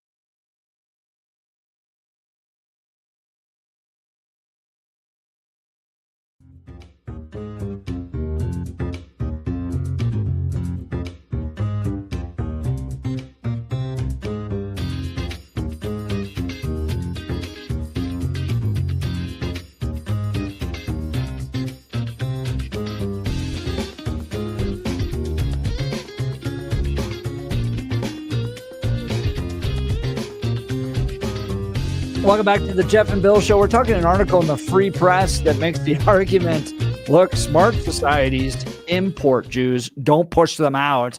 And Western Europe, with its immigration policies, has been doing the exact wrong thing. It's been pushing Jews away as a result of growing anti-Semitism. America dealing with this problem as well. Jews build good cultures. They invest in the arts. They build good businesses. They build tech startups. They have strong families. And so shouldn't we be importing them? And then that brings up the larger question about what Trump's going to do. Does a country have the right to pick and choose who it imports? Or are we just all cultures, all the same, open border, come on in type of stuff? Get to the phone lines here. Let's go to Steve in Denver. Good morning, Stephen. You're on the Jeff and Bill Show. Hey, good morning. Okay, I got an opinion on that. But before I start, the Republicans and Trump need to start taking a page out of the Democratic playbook. They need to know how to manipulate the English language. Trump is not going to deport anybody. He's going to repatriate them. And that's clever. Send them back to where they were. That's clever. I'll give you that Well, one, man. no, they're not being sent back. They're being repatriated. Let's just use that word. How many times in the last 50 years have I heard the Democrats come up with all kinds of other words for something that is obvious, but it's kinder, gentler, sweeter, nicer. So here's the thing. The Muslim world, when they have a problem in their country and the people leave, they don't go to other Muslim countries. They're not even welcome. I think that we should be able to allow legal immigration and have some limits as to what the abilities are of the people coming in. We don't have to accept willy-nilly, and the Western cultures that do that are idiots. I think Western Europe is seeing a lot of problems around this. I mean, to your point on those numbers, Bill, 5 million. Yeah, I went back and checked. Yep, it is 120,000, 5 million Muslims into Amsterdam. Yeah, versus 120,000 Jews. Yeah, and that's yeah. I think some of it. Charlemagne would be rolling in his grave. Yeah, and I think some of it, Stephen, also is vetting in some other stuff because, again, Islam's the largest religion out there. And so you have a possibility of larger numbers of people being radicalized just because of the sheer population. If it was a smaller religion, it wouldn't be the potential for the number of peoples. And so some of this, I think you're right, goes back to some of the vetting as well. And as we talked about, some of those Muslim countries aren't going to share the information with you. Also, Billy, some people think that it's really not a religion, that it's a world domination organization. And I'm not a great debater with all kinds of great knowledge of history, but just from a regular guy, I kind of wonder if, you convert or you get the sword. I mean, it's starting to kind of look like a world domination organization versus a religion. Yeah, I can see that, and that's part of what the Crusades were. But again, those of us that follow the cross were on the other side, talking about how that should be the dominant religion and the dominant ruling structure inside of the world. So there's kind of a horse apiece on both of those. But I do agree with you that there is a movement inside of the world of Islam that doesn't exist as strong. It's there, but it's not necessarily as strong inside the Christian world as far as a theocracy. I believe that inside the Muslim world, they view a theocracy to be much more pure and much more aligned with the intentions of God than I believe Christians do. There's a segment of them that think that's how we should operate, would be a theocracy. But I think you're right, that there's a larger segment inside of the Muslim population. And I would say it's the Shia rather than the Sunni are more given to that disposition. And then we don't have that same split inside of Christianity. Except for the Mormons. They're just weird. No, sorry, I'm just making fun. I'm just being silly. Sorry, that wasn't fair. Do you think, though, that you're going to get this big pushback that Trump had in the first 4 years about the, quote, Muslim ban when he's picking and choosing which countries we can immigrate people into or immigrate from? Absolutely. They're going to throw everything at him that they possibly can. And if that's not working, they'll make stuff up. I mean, it's true. They're desperate. They're trying to throw a Hail Mary. But Steve, I got a question for you. Do you think the Democrats learned in this election about immigration? Because look, I want to go back to Kamala Harris from kind of open border, progressive, allow lots of people into, we're going to make this a big priority. And it was Donald Trump who stopped this at Congress. Do you think Democrats have changed their mind on this kind of woke mind virus? Anybody and everybody, welcome, come on in, no borders, we'll provide for you. Do you think there's been some reanalysis of that position from their perspective? I pray that they haven't. Because we'll continue to win. That's why. Yeah. Well, and the other thing is, I live, out here in Aurora. I'm on the edge of Denver and Aurora, and I hear a lot of sirens. And had the defund the police actually worked, we wouldn't hear so damn many sirens. No. Fortunately, I think Colorado, being this little blue island, is going to continue to get crazier and crazier because of immigration. People are going to be moving in to this state from conservative Texas and Florida, and it's just going to get crazier. Build a wall around Colorado. Go ahead, Stephen. Are you going to have that lady on from Aurora, the city council lady? Yeah, Danielle Jurinsky. Yeah, we'll get an update from her. We should check in on her. She's great, isn't she? Stephen, really appreciate it. Thanks, Stephen. Have a good day. Look, our friends over at Colorado Christian University have an exclusive luncheon and lecture this Friday, November 15th, featuring the 48th Vice President of the United States, Mike Pence, and his wife, former Second Lady, Karen Pence, in partnership with the Centennial Institute and CCU President Eric Hogue. This event offers a unique opportunity to engage in conversation with Vice President Pence, one of America's most dedicated public servants, sharing his insights on the future of the conservative movement.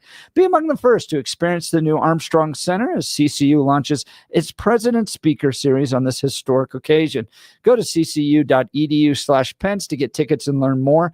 Limited tickets are available for breakfast with Karen Pence, lunch with Mike Pence, and morning and evening lectures. Throughout the day, you'll engage in conversations on leadership, faith, and service with these distinguished guests. Please join CCU on November 15th for these events with Mike and Karen Pence. Go to ccu.edu/Pence to get tickets and learn more. That's ccu.edu/Pence. That is this Friday. I wonder what he's going to have to say about Donald Trump. That's going to be interesting. Yeah. Grab your tickets. That's going to be an interesting conversation.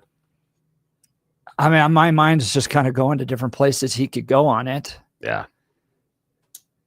Yeah. The problem is probably not good to do sour grapes. It's probably not the right place and time. But he has legitimate critiques around the kind of a weakening of the party on pro-life issues. Yeah, he does. He's got a really strong there. Because again, we talked about how during the campaign, Donald Trump turned and said that he was going to be very open to protecting women's reproductive rights, very open to and changing where he was on the possibility of a national abortion ban. He had gone from, well, we can look at it, to maybe it's a 6-week bill to maybe 20 weeks to 22. And so I don't think he's made up his mind yet.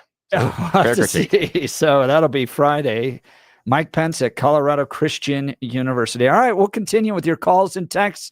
You're listening to The Jeff and Bill Show. Denver's Talk Leader, News Talk 710 KNUS.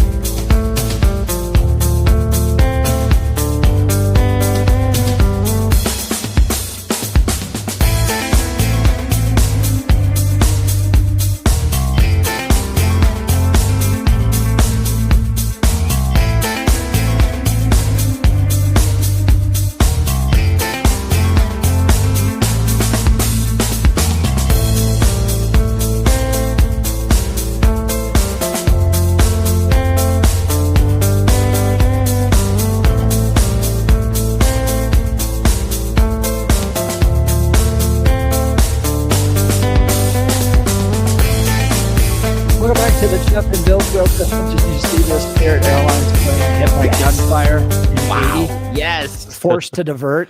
And like hell? they had to take the flight attendant to get her medical attention. Yes.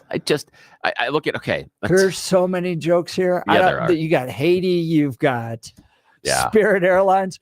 Bro, have I told you about my Spirit Airlines experience? No, what? Do All share. right. Do share. So you always hear the stories about Spirit Yeah. Airlines, right? That is, it's just another class of folks flying on it, right? So I'm flying. Aren't those the planes where you all get like there are pedals underneath? You all have to pedal at the same time to make sure the plane gets off the ground. Isn't that the one? Dude, I was at a Orlando airport, and these rednecks have been drinking since like 3 p.m. and it was like an 8 p.m. flight. They were at the Applebee's. Yeah. And they were just drinking.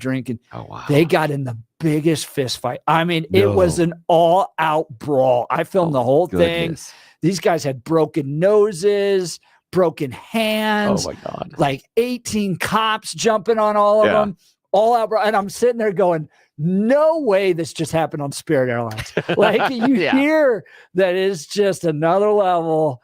And they went into and it was like over who got to board first or whatnot. No. Just pure fisticuffs. Oh my God. Blood everywhere, cops everywhere. I'm like, of course this happens on a Spirit Airlines flight. That's funny. You know what they should do is for Spirit Airlines flights, when you have to line up on either side of you, instead of just like the regular queue, they should be putting wrestling ring ropes on either side. And they should have some sort of wrestling announcer there. And now getting ready for boarding. Yeah, that's and I've never seen that with Frontier. I've never seen it with Southwest, but I flew one time with Spirit, and of course, half the plane ended up in custody. Spirit Airlines, where you may not arrive with all your teeth. Right. Maybe early. Shot at as well. Oh, my goodness. All right. If you missed the show, go to 710knus.com. You're listening to The Jeff and Bill Show. Denver's Talk Leader News Talk 710 KNUS. I hope you have a good Tuesday.